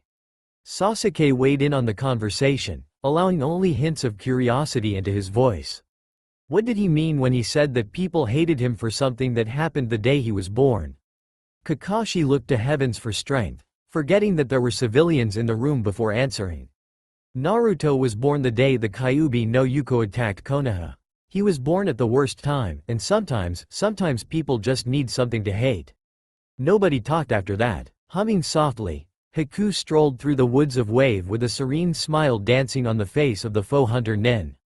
The sun shined brightly, bringing cheer to the oppressed island, and luring out the woodland creatures whose frolicking delighted the gentle-natured teen.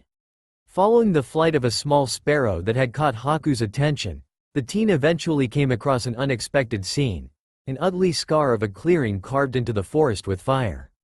Gasping in shock at the sheer devastation done to the area, Haku's herb basket hit the ground. Shinobi-trained gaze taking in everything, Haku's eyes soon fell upon the cause of this destruction. Tensing slightly, Haku stalked into the clearing towards the culprit. It was, Haku noted, one of the boys from the Genin team, the blonde one who was a budding Kenjutsu master. Zabuza-sama seemed to think he was anyways, and Haku had no evidence against Zabuza-sama's theory.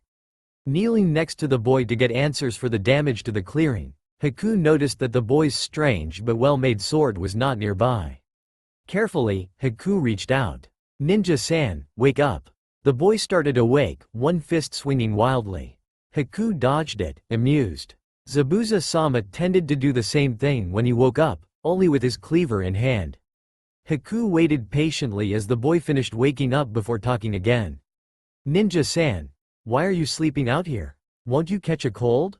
Naruto rubbed his eyes, shaking his head. No, I'll be fine, miss. What are you doing out here so early? Haku's smile widened. Oh, I was picking herbs to help my sick friend Ninja-san, when I saw what happened to the clearing. Naruto winced. Yeah, sorry about that. I was pretty upset about something last night, and one of my powers kinda got away from me. Naruto paused as something occurred to him. Inclining his head towards Haku, Naruto chuckled sheepishly. I'm sorry, my name is Naruto Uzumaki, what's yours? Haku giggled, stunning Naruto who thought it was one of the sweetest and gentlest sounds he'd ever heard. Mirage chuckled, quietly. I'm Haku. Tell me Uzumaki-san, why were you upset, if you don't mind me asking? Naruto flashed Haku an uncomfortable smile. It's a bit personal, Haku. I'd rather not talk about it. Tell you what though. The blonde said, rising to his feet and offering a hand to Haku. I'll escort you where you need to go, as a thanks for checking on me. Haku giggled again. Thank you Naruto-san. The two chatted as they walked, Naruto doing most the talking. Haku was pleased to let him do so, subtly guiding the conversation to learn the most possible about Zabuza-sama's enemies. Despite Haku's disarming appearances and manner of speech, Zabuza's tool was not skilled enough conversational to avoid arousing suspicion from the ancient sword-sharing room in Naruto's head. You realize that this little beauty is pumping you for information, right? Naruto frowned, surprising Haku. She is not, she's just curious about ninjas. Mirage scoffed. While I'm pleased that you're seeking companionship with someone other than the harpy, she's digging for something. It wouldn't be the first time someone sent a pretty face to finish what the brutes failed at. Naruto shot a sideways look at the girl at his side, suddenly reminded that Zabuza had just recently tried to kill them and their client. Haku noticed the change in the atmosphere between them and began getting ready for a quick retreat. Still, Naruto said and did nothing, quietly following Haku as the kimono-clad youth gathered various herbs. The older teen eyed the blonde, wondering if he would recognize the actual purpose of the herbs Haku was gathering, but Naruto knew nothing about plants except a few edible species, and Mirage's knowledge was limited to the herbs and plants that had mind-influencing effects. Finally finishing, Haku stood and brushed off a few clinging pieces of debris. Thank you for watching out for me, Uzumaki-san. Naruto grunted noncommittally, still turning over Mirage's comments in his head. Haku began to walk away, pausing only at the edge of the small, undamaged clearing they had found. By the way Uzumaki-san, I'm a boy. Gaping at Haku, who was walking away giggling, Naruto barely heard Mirage laughing. BWA ha ha ha. Damn, it's been a long time since I've seen a trap that skilled. Sensei, shouldn't we look for Naruto now? I know he's an idiot, but he is a Konoha ninja, we stick to together right? Kakashi sighed. Sakura meant well, he knew, but hearing her ask that question again and again was starting to work his nerves. Maybe the nerves of everyone else too if the looks that Tazuna and Tsunami were sending the Pinkette's way were any indication. Sakura, the Junin started. Naruto will be fine. Given how angry he was when he left here yesterday, I actually pity anyone who bothers him right now. Sakura looked outside nervously at falling dusk, almost 24 hours after Naruto had stormed out of the house. Still, Sasuke grunted, handling his bowl and chopsticks with hands that shook lightly from the amount of chakra he had expelled practicing earlier. The dupe, Naruto will be fine, Sakura. We both know how creatively vindictive he can be when he's mad, even before he found that damn sword. Stop bothering us about him. As Sakura finally settled down, Sasuke's own thoughts stewed. It was harder than he thought to stop addressing Naruto as the dead last, but the blonde had proven without doubt that he didn't wear that title anymore. Since finding the sword, Naruto had become powerful enough, fast enough to unsettle the last Uchiha in Konoha, but he comforted himself with thoughts of his own rise once his Sharingan activated. Everyone was pulled from their thoughts when the front door banged open and Naruto slumped in, looking frustrated. Spying everyone gathered around the table, Naruto headed over. Kakashi-sensei, that hunter nin that was working with Zabuza, would you say that they're about this tall and feminine? Naruto held his hand flat, a little above his head to demonstrate the right height. Kakashi blinked with the rest of the table, wondering why Naruto was asking. Yes, that sounds right, why? Nothing, Naruto said quickly. I'm going to go upstairs and go to sleep Kakashi-sensei. Kakashi quirked an eyebrow. Ooh, not hungry? The blonde waved it off, mounting the stairs. Nah, I ate already. Oh, and don't worry, but I'm going to be training with Mirage while we wait for Zabuza to recover. Kakashi hummed. What if I had some training planned? Naruto paused, shooting a disbelieving look over his shoulder before bursting into laughter. The blonde staggered up the stairs and out of sight, laughing the whole way. At the table Sasuke and Sakura looked at Kakashi knowingly. The Junin ignored them. Well, that was rather rude of the little bastard. The next few days passed quietly for all sides. Gato and his men caused little trouble for the people of Wave. The businessman was waiting for Zabuza and his pet freak to make their move, so the grubby and greedy dwarf could make his move. Not that the two missing ninja knew it. Zabuza was healing quickly, making plans for an assault on the bridge while Haku loyally watched over him. Team 7 was busier. Sasuke had mastered tree climbing, making it to the top of any of the local trees without problem. Sakura neglected continuing her tree climbing practice, having given no thought to the benefits it would have on her chakra stamina. Once Sasuke and Sakura could perform the exercise without screwing up, Kakashi moved on to taijutsu practice and polishing their kunai and shuriken throwing skills, touching up the basic combat skills of the students that were present. Naruto was behaving like a ghost, making Team 7 and Tezuna's family nervous. The blonde appeared only to sleep, and almost never ate at the house, always claiming that he'd eaten elsewhere. As the days passed, Kakashi and Zabuza both recovered. Once the Leaf Junin finished healing up, he went on edge, knowing that Zabuza was soon to follow. The day Kakashi, Sakura, and Sasuke headed out with Tezuna to guard the man, and Naruto still slumbered away upstairs, the experienced Junin knew, instinctively, that it was the day. As the bridge builder and bodyguards disappeared around the bend of the road, Kakashi chuckled, surprising his company.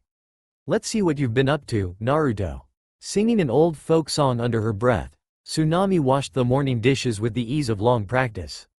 While the mother of one could feel the tension that lay lightly on the ninjas guarding her father, Tsunami was actually quite relaxed herself. Gato's goons hadn't been in town for a while, and with ninja around, the civilian couldn't help but think that everything would be okay.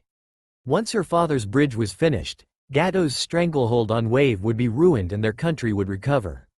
Tsunami was just finishing the last few notes of her song when the front door was hacked into 4 pieces.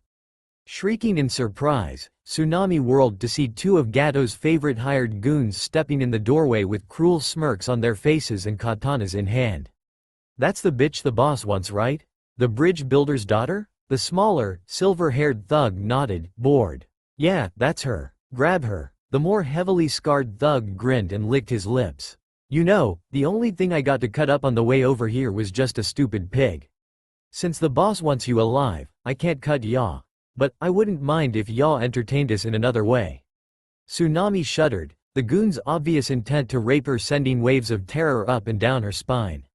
Backing away from the men, Tsunami prepared to run out the back door and for help when her plans were abruptly ruined.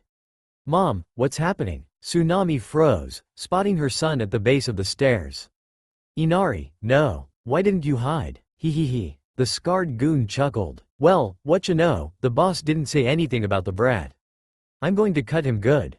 Tsunami thought furiously. Inari was too old and heavy for her to carry to the bridge, and too young and slow to outrun Gato's men. If she went with them to save her son, the men would. They say that necessity is the mother of invention. Luckily, desperation is necessity's cousin. Seeing Inari standing on the foot of the stairs sparked a memory and an idea. Acting on it before the situation got any worse, Tsunami darted to her son, surprising the goons as she grabbed Inari and ran up the stairs, screaming. The thugs stared. What the hell was the bitch thinking, running to the 2nd floor? What was she going to do, crawl out a window? Naruto stirred when he heard a woman shriek downstairs. Grunting, the blonde forced himself to his feet, blinking away the sleep from his eyes. What's going on?" More screaming and rapid thumping caught his attention, injecting a little awareness into his veins. "Huh?" With a crash, Tsunami burst through the bedroom door, clutching Inari. "Naruto-san, Gato's thugs are here, help us." Swearing, Naruto reached for his chest just as the bedroom door flew open again. "Gotcha, bitch. You're going to suck our for making us chase you, whore." Naruto's eyes went flat, and he pushed Tsunami and Inari behind him. "Close your eyes, you two. I'm going to take care of them." Tsunami obeyed, clasping one of her hands across Inari's eyes. Either way, she didn't want him to see how this ended. The 2 thugs laughed, stepping apart. "You're a ballsy little runt, but just how do you plan on taking us on?" Naruto snarled, eyes flashing as he reached into his chest.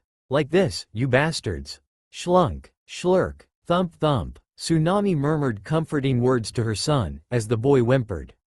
No doubt the sickening sounds of a man being stabbed and sliced were bringing up memories of Kaisa's death. Silence reigned in the room for a short time before the sound of cloth being torn and wiped over something reached Tsunami's ears. Opening her eyes, Tsunami was confronted with the sight of Gato's men lying lifelessly on the floor, their blood pouring from clean stab wounds on their chests. Naruto stood above them, cleaning his sword with what looked to be part of the silver-haired swordsman's shirt. The woman caught the look in the young blonde's eyes and shuddered. They were cold and furious, flecks of different colors dancing through his crystal blue orbs. Seeing the movement, Naruto sighed. "I'm sorry for making a mess in your house, Tsunami-san, but I don't like rapists." Tsunami stared as Naruto finished cleaning his sword. Dropping the ripped cloth, Naruto ducked down and grabbed a pouch from his bedside. "Tsunami-san, I'm going to check on my team at the bridge, okay? Do you think you can make it to a friend's house and hide?" Tsunami nodded. "Yes, Naruto-kun, we'll take one of the older, hidden paths. We'll be fine, thanks to you."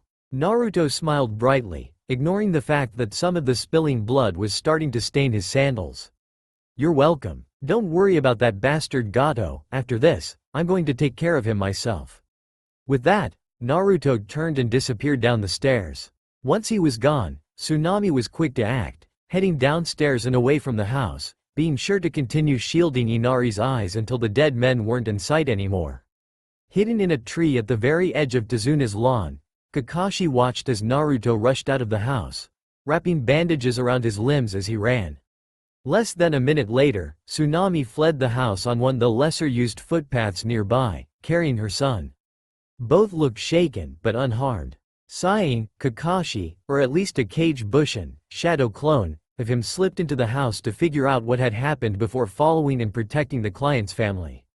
The moment Team 7 and Tezuna got inside of the bridge, Kakashi knew his battle-honed instincts had been right.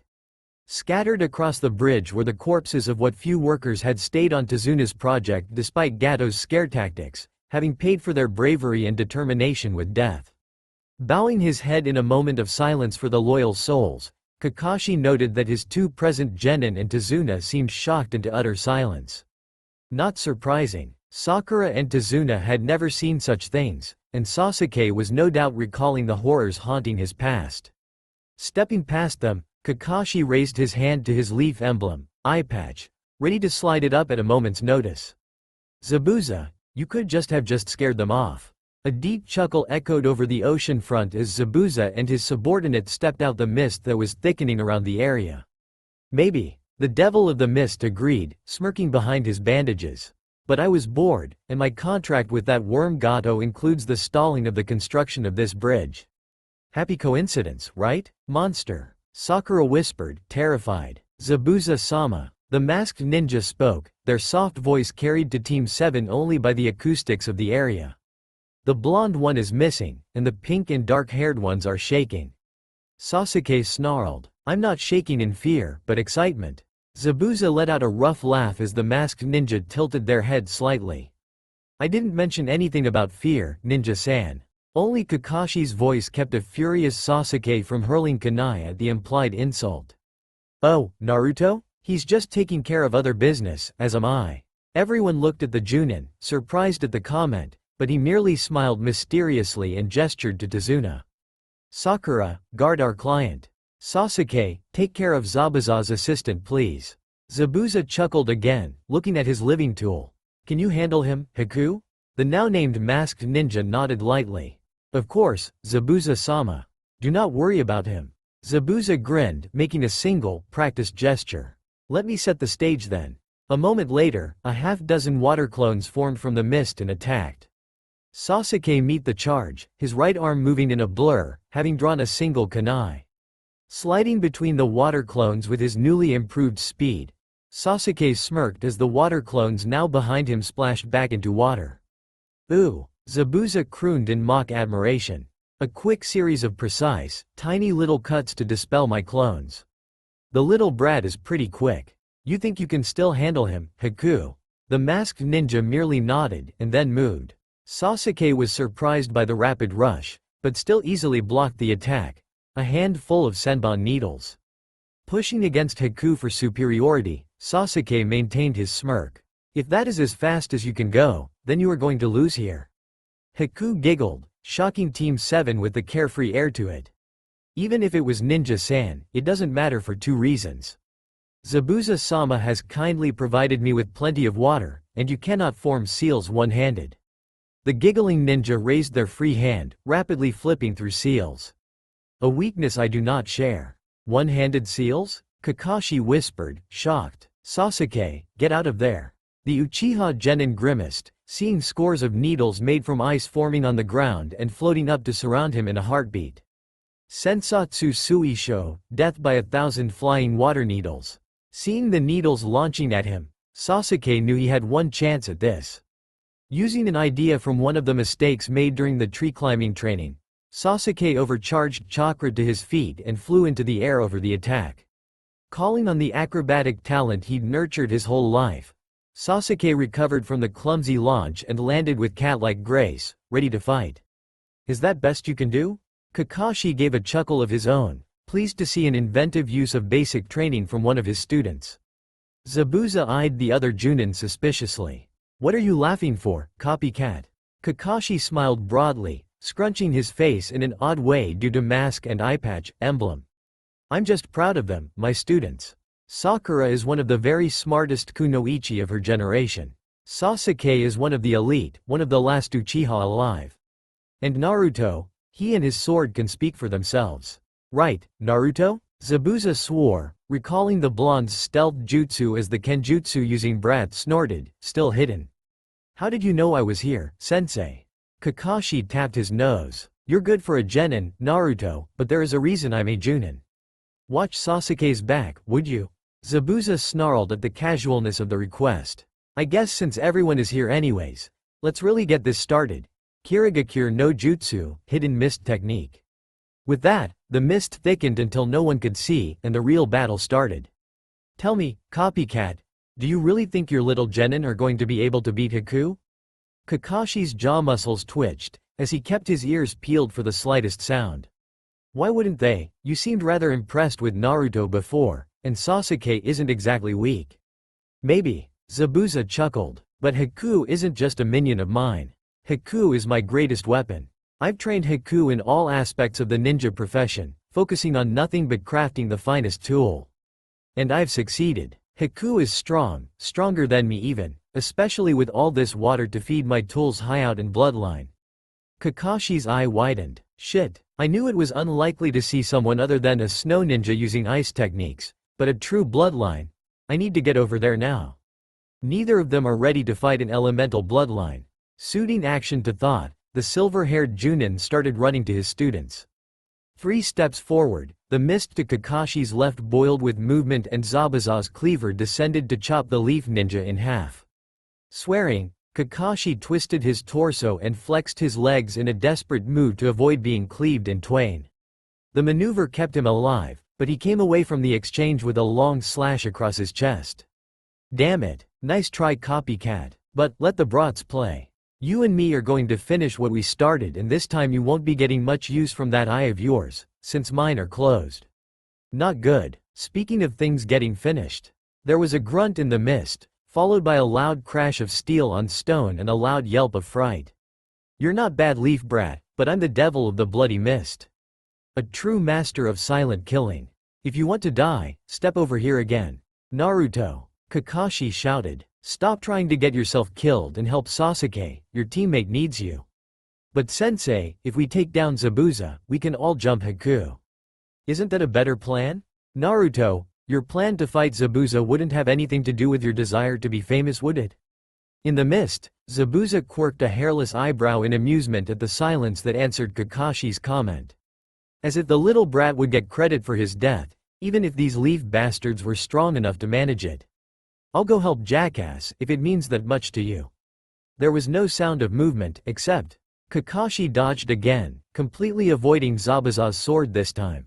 Die, copycat. Sasuke peered into the thick mist uselessly, struggling to catch even a glimpse of his speedy opponent. Said opponent giggled, this mist distorting the sound, which pissed the Uchiha Saiyan off even further. Come out and face me, coward. The mists began to thin around Sasuke, causing some of his tension to slip away. It seemed the masked ninja was not a silent killing master, and planned on rejoining the fight. Tell me, Uchiha-san, why would I come out and face you when I can do this? Tinges of fear crawled up Sasuke's spine as the last wisps of mist in the area were sucked into the icy structures that now surrounded the genin. I'm sorry it came to this, Sasuke-san, but I'm not well equipped to fight a dujutsu user like you. Prepare yourself. Makyu Hyosho, demonic ice crystal mirrors. Sasuke spun in a circle, observing the ice mirrors, noting that they covered all directions but underneath. Haku's image appeared in one of the mirrors, having stepped into it from the back. I do not like to kill, because it makes my heart ache. But against the Sharingan, I will harden my heart and slay you for Zabuza-sama. Haku's image appeared in each of the mirrors, every copy drawing Senbon from their sleeves. But, Sasuke thought as a storm of needles erupted inside the dome formed by the mirrors, I don't even have the Sharingan yet. Drawing a kunai in each hand, Sasuke's hands blurred as he attempted to block each and every needle seeking to pierce his skin. Dodging, twisting, jumping, bending, the Uchiha heir used every defensive trick he knew to avoid the worst of the metallic storm, kunai blocking the most of the rest. Still, a number of Senbon found their way past his defenses and punctured his arms and legs. Damn it, Sasuke cursed, spotting the mirror images drawing more Senbon. A second wave burst forth, scoring hits on nearly every part of his body as Haku adjusted the angles of attack. Is this the best that the Uchiha can do? Sasuke growled at the masked ninja, but said nothing. Instead, the dark-haired ninja pushed chakra into his legs and made a mad dash for one of the spaces between the hovering mirrors. A few feet away from freedom, a blur crossed Sasuke's vision as he felt a sharp kick to the chest that tossed him back into the dome. That bastard, Sasuke thought furiously. He's not throwing needles from inside the mirrors, he's jumping outside them and attacking me at incredible speeds. All I need to fight him is to just see him move. A loud crash outside the dome barely registered on the minds of the two combatants as a flash of red danced unseen across Sasuke's eyes. Moments later, a third wave of Senbon flew out. This time, knowing what to look for, Sasuke saw glimpses of movement between the mirrors from Haku's attacks, letting the Leaf Ninja better predict and evade the needles. Haku noticed the improvement, but still didn't see the telltale red of the Sharingan. Strange, but it could dealt with. You're getting better at dodging my needles. I suppose I must step things up. This time, the mirror Hakus removed a double handful of Senbon. Sasuke braced himself, fingers twitching. Let the masked fool speak, he'd be dealt with soon enough. As the fourth wave started, Sasuke dropped his kunai and started rapidly flashing through hand seals, accepting a few Senbons as a price for victory. Gukaku no Jutsu, great fireball technique. Aborting the attack in surprise, Haku retreated inside the mirrors. You missed, Haku noted calmly. Gukaku no Jutsu, great fireball technique. Sasuke roared, aiming his next fireball straight at one of the mirrors in an attempt to open a way out. Moments later, the fireball ended to reveal the mirror still standing, undamaged. I'm afraid my mirrors are unbreakable. Such weak fires cannot melt them. Sasuke gave a slightly manic laughter. I never thought I'd say this, but I wish Naruto and his exploding notes were here. Wish granted. A full 20 exploding notes went off all at once, lashing at Haku's mirrors with heat and force, sending a wave of smoke and pressure charging across the bridge and over the combatants. Both Sasuke and Haku, caught in the middle of it, flinched. In the heart of the mist, Kakashi and Zabuza slashed at each other furiously, having clashed too closely to disengage. Kakashi wielded two kunai in a manner similar to his trapped student while Zabuza continued to swing his massive cleaver. Both Junin were bleeding from open wounds, panting lightly from exertion. Not bad, copycat. Holding me off even without your precious eye. Oh, Kakashi made a senseless noise of acceptance. Thank you for the compliment. Hey, you're still going to die. Maybe Ka-boom. The bridge seemed to jump from the force of the explosion, shaking the Junin on their feet. A half moment later, a wave of wind and pressure blew through their fight, knocking aside Zabuza's summoned mist. There was a brief second, where all was clear, allowing Kakashi to see a frightened Sakura still guarding Tazuna, the ice mirrors surrounding Sasuke, and a shocked Zabuza standing in front of him. Seizing the unexpected chance, Kakashi drug his fingers through one of his wounds, and as the mist rolled back in, flicked the gathered blood on Zabuza. Just a little longer, students. This is about to end. Blinded by smoke and deafened by the explosion, Sasuke nonetheless made his attempt at freedom. Running back to where he thought Kakashi-sensei was fighting, Sasuke kept his eyes closed to keep out the smoke as he neared an opening. While not a master of silent killing, Haku had been trained by one.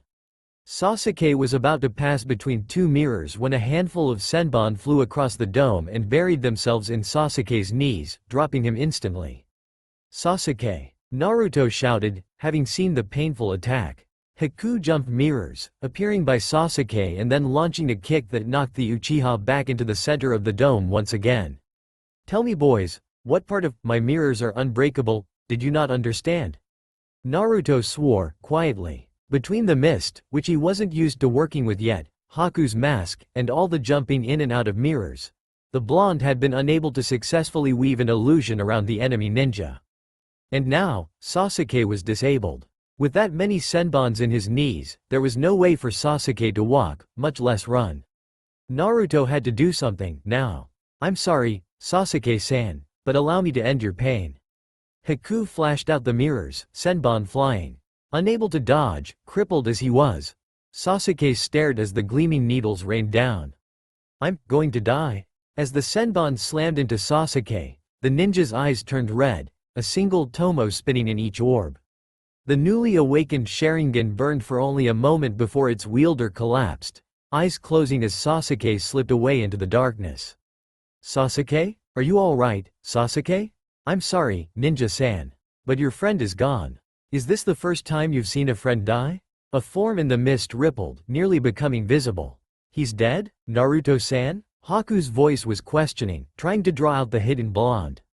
The Hyouten user was beginning to run out of chakra, and needed to find Naruto to end this quickly.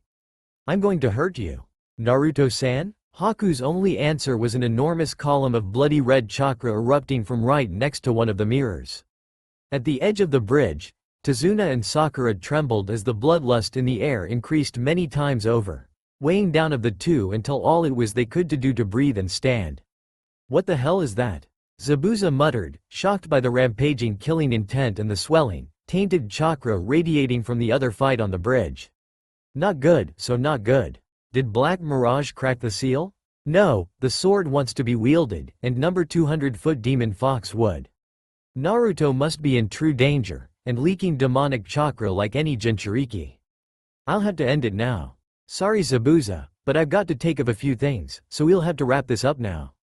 "Oh," Zabuza laughed, looking down on his numerous, but minor wounds. "And just how do you plan on doing that?" "Like this." In a practiced movement, Kakashi snatched a scroll from his vest and smeared blood from his wounds down its length once he opened it. Snapping it closed again, Kakashi clenched it in meat of hands, between his thumbs and index fingers, forming hand signs. Suiga no Jutsu, tracking fang technique. When the technique produced a poof of smoke and nothing else, Zabuza laughed. "So much for finishing this, huh Kakashi? Zabuza, your left pant leg, above the knee in front." Confused, Zabuza risked opening one eye to glance down at his leg, barely visible through the mist. Where Kakashi had described was a bloodstain. "I fail to see what difference a blood spatter means." "Ah, but it's not your blood. It's mine." Zabuza turned it over in his head until he heard a deep rumbling from under the stone at his feet.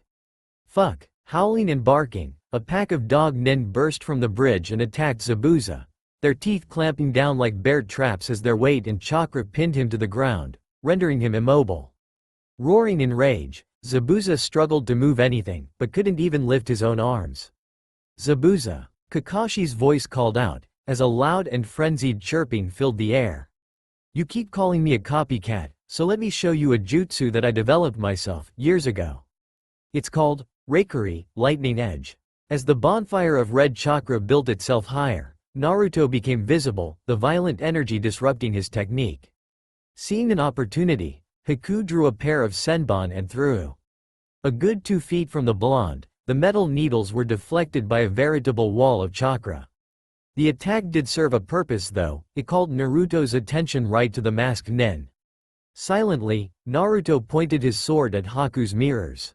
The Hyouten user flinched as the red chakra rushed toward the blade, filtering through the diamond on the pummel and pouring up the edge, now a cheery sky blue. Kitsune Bai, Foxfire. A hissing column of the blue energy blasted at the mirrors as more red energy poured out to replace the filtered chakra. Haku, meanwhile stood ground, trusting in the ice mirror's indestructibility. It proved to be a mistake. Foxfire was as much a spiritual technique as it was physical, something the mirrors had no resistance to. For the first time ever, Haku's mirrors burned. Screaming, their creator leapt from the ice mirrors as they melted away. Forming more ice failed to completely extinguish the fiery technique, and Haku was forced to drop and roll on the ground to finish the job. Distracted, Haku failed to notice the blaze of chakra approaching until Naruto kicked the mask off Haku's face, not incidentally stunning the Hyouten user. "I thought it was you, but I couldn't be sure. You seemed so nice when we talked, and that speech you gave about how your heart hurt to take another's life. Were they all lies to trick us?" "No," Haku gasped, the burnt ninja rolling over to relieve the pain of the burns on the front of their body. "It truly does make my heart hurt, but as I said, I am Zabuza-sama's tool." "A broken tool now." Haku's eyes closed. "Please, just finish it."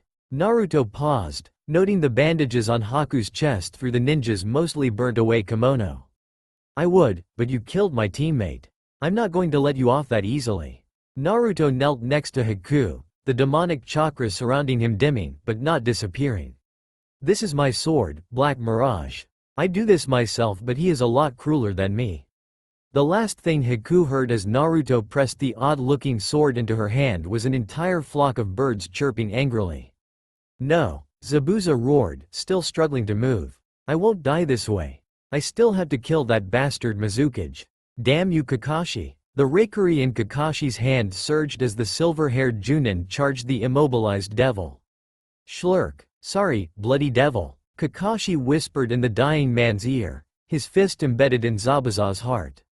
"But you are too dangerous to let live." The devil of the bloody mist didn't respond, he merely slumped in the gripes of Kakashi's dogpack, the life already faded from his eyes. Calmly, Kakashi removed his hand and dismissed his pack with a quiet, "Thanks." With Zabuza's death, the mist began to clear, the midday sun rapidly burning away the unnatural weather. Closer then to Zuna and Sakura, Kakashi was the first to see the scene where Haku, Sasuke, and Naruto fought. The Junin sighed sadly, seeing one of his students lying motionless on the ground.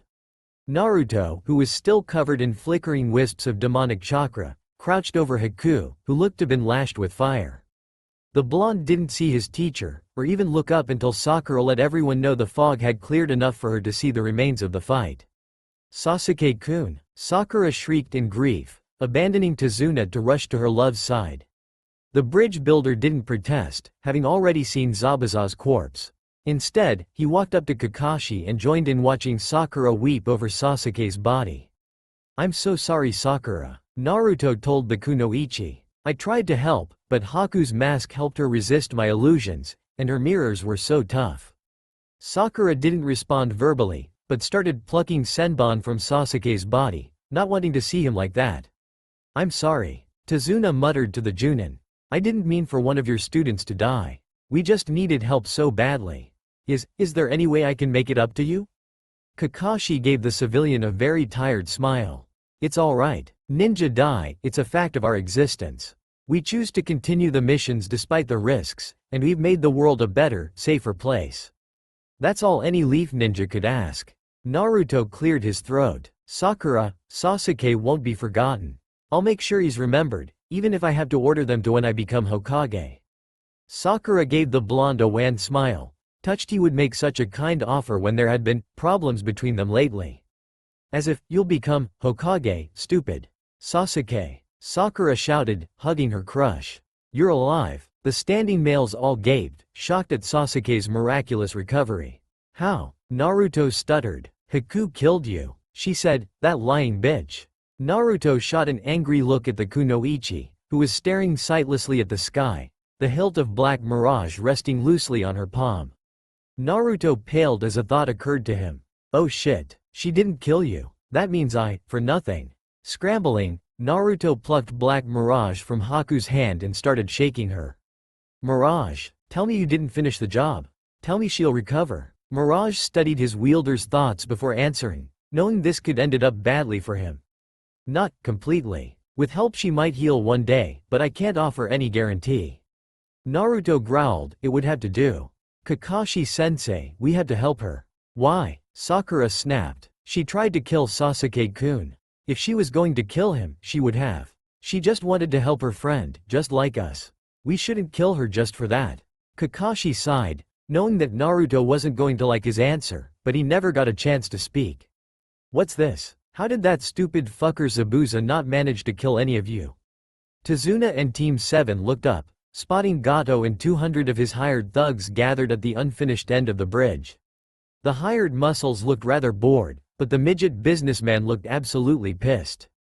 That arrogant incompetent. How does a freak like that earn a nickname like Devil of the Bloody Mist, and still not be able to kill a few bleeding heart Konoha ninja? Gato spat to one side. Makes me glad I never planned on paying him. Gato eyed the leaf ninja, brightening as he recognized Kakashi as possessing a rather high bounty in a few countries. You know what, boys, Zabuza and his bitch might be dead, but the plan is still on. Bring me those ninjas' heads and you can loot, pillage, and rape in wave to your heart's content. Listening to the armed rabble cheering and working themselves into a frenzy, Kakashi got ready to fight. He was low on chakra, thanks to his Reikuri attack, but the hell if he was going to let 200+ murderers and rapists go hog wild on a defenseless country. That's when someone started laughing. It took even Team 7 a moment to recognize the source, having never heard Naruto laugh in such a horrible manner, a terrible bitter noise. All this pain and struggling. Men killed and women's lives ruined, and it's all because of you. Naruto turned slightly to view his teammates, revealed that his eyes had become swirling pits of prismatic color. Kakashi-sensei, you better get everyone out of here. I think I'm about to earn my ninja nickname. Standing, Naruto slung Black Mirage over his shoulder and began walking to the crowd of hired muscle who were beginning to move forward. Swearing, Kakashi popped out a few cage bushin and had them grabbed everyone, including the comatose Haku. Let's go, I don't think any of us want to see what Naruto's capable of right now. Before Sasuke could protest not getting to see the extent of Naruto's abilities, Kakashi and his clones used Shunshin, body flicker, to clear out of the area. Naruto strode right at the unruly mob of men, Mirage tapping on his shoulder, pulsing with excitement. If there was one thing the blade loved, it was a fight of any kind. Even the Kyuubi was feeling eager, receiving the experience third hand from Black Mirage. As the blonde closed in on the bandits, killers, thieves, demonic chakra filled his body, letting Naruto know that the Biju fully approved of what he was about to do. That fact almost made him hesitate, but the idea of so many men mimicking the actions of those two men towards Tsunami, it made his blood boil.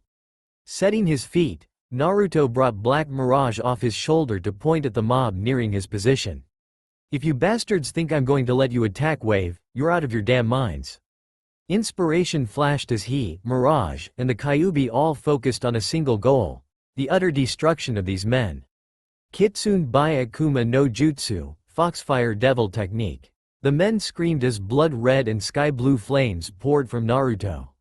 Sensei, look. Curious, Kakashi followed Sakura's pointing finger and then promptly gasped in shock. A few hundred yards from the bridge, Tazuna and Team 7 stood in a wide clearing, surrounded by the residents of Wave still brave enough to try and figure out what was going on when Naruto's exploding note had rocked the bridge. As such, they were all in a fine position to see the 100 feet tall blue fox with red accents made entirely from translucent fire. A fox whose 9 tails and breath burned everything they touched, slaughtering Gato's goons by the dozen and scattering the rest to the 4 winds. The beast was furious, merciless, and unharmed by any weapon Gato's men carried. There was utter silence as they all watched it finish its work before vanishing as if it had never been. Dear Kami, Naruto, what have you done? Sasuke and Sakura shivered at their teacher's words. The following week was a mess of tension. Everyone wanted to know what Naruto had done at the bridge, where the bodies of Gato and men had gone, but no one asked. Instead, the people of Wave decided to celebrate Gato's death, and once everyone recovered from their hangovers, work began on the bridge at a terrific pace. There was one thing about the situation that put off the residents of Wave. The day the bridge was completed, cerulean flames sprouted from the tops of the bridge's 4 corners and began to burn harmlessly, giving off a soothing light. When asked, Naruto could not or would not explain it, saying only that they would burn for at least 100 years, and that no evil spirit would ever pass between the 2 pairs of flames. Kakashi added it as one more question to mention to the Hokage along with Haku's continued comatose state and the giant fox made from fire. The day after the bridge's completion, Team 7 said their goodbyes and set off towards on the new structure. As the ninja faded in the distance, one figure carrying another, Tazuna spoke up. "What do you all think of this name, the Naruto Foxfire Bridge?" The entire crowd murmured their approval. That's all for now. If you enjoy, then please like, share and do comments.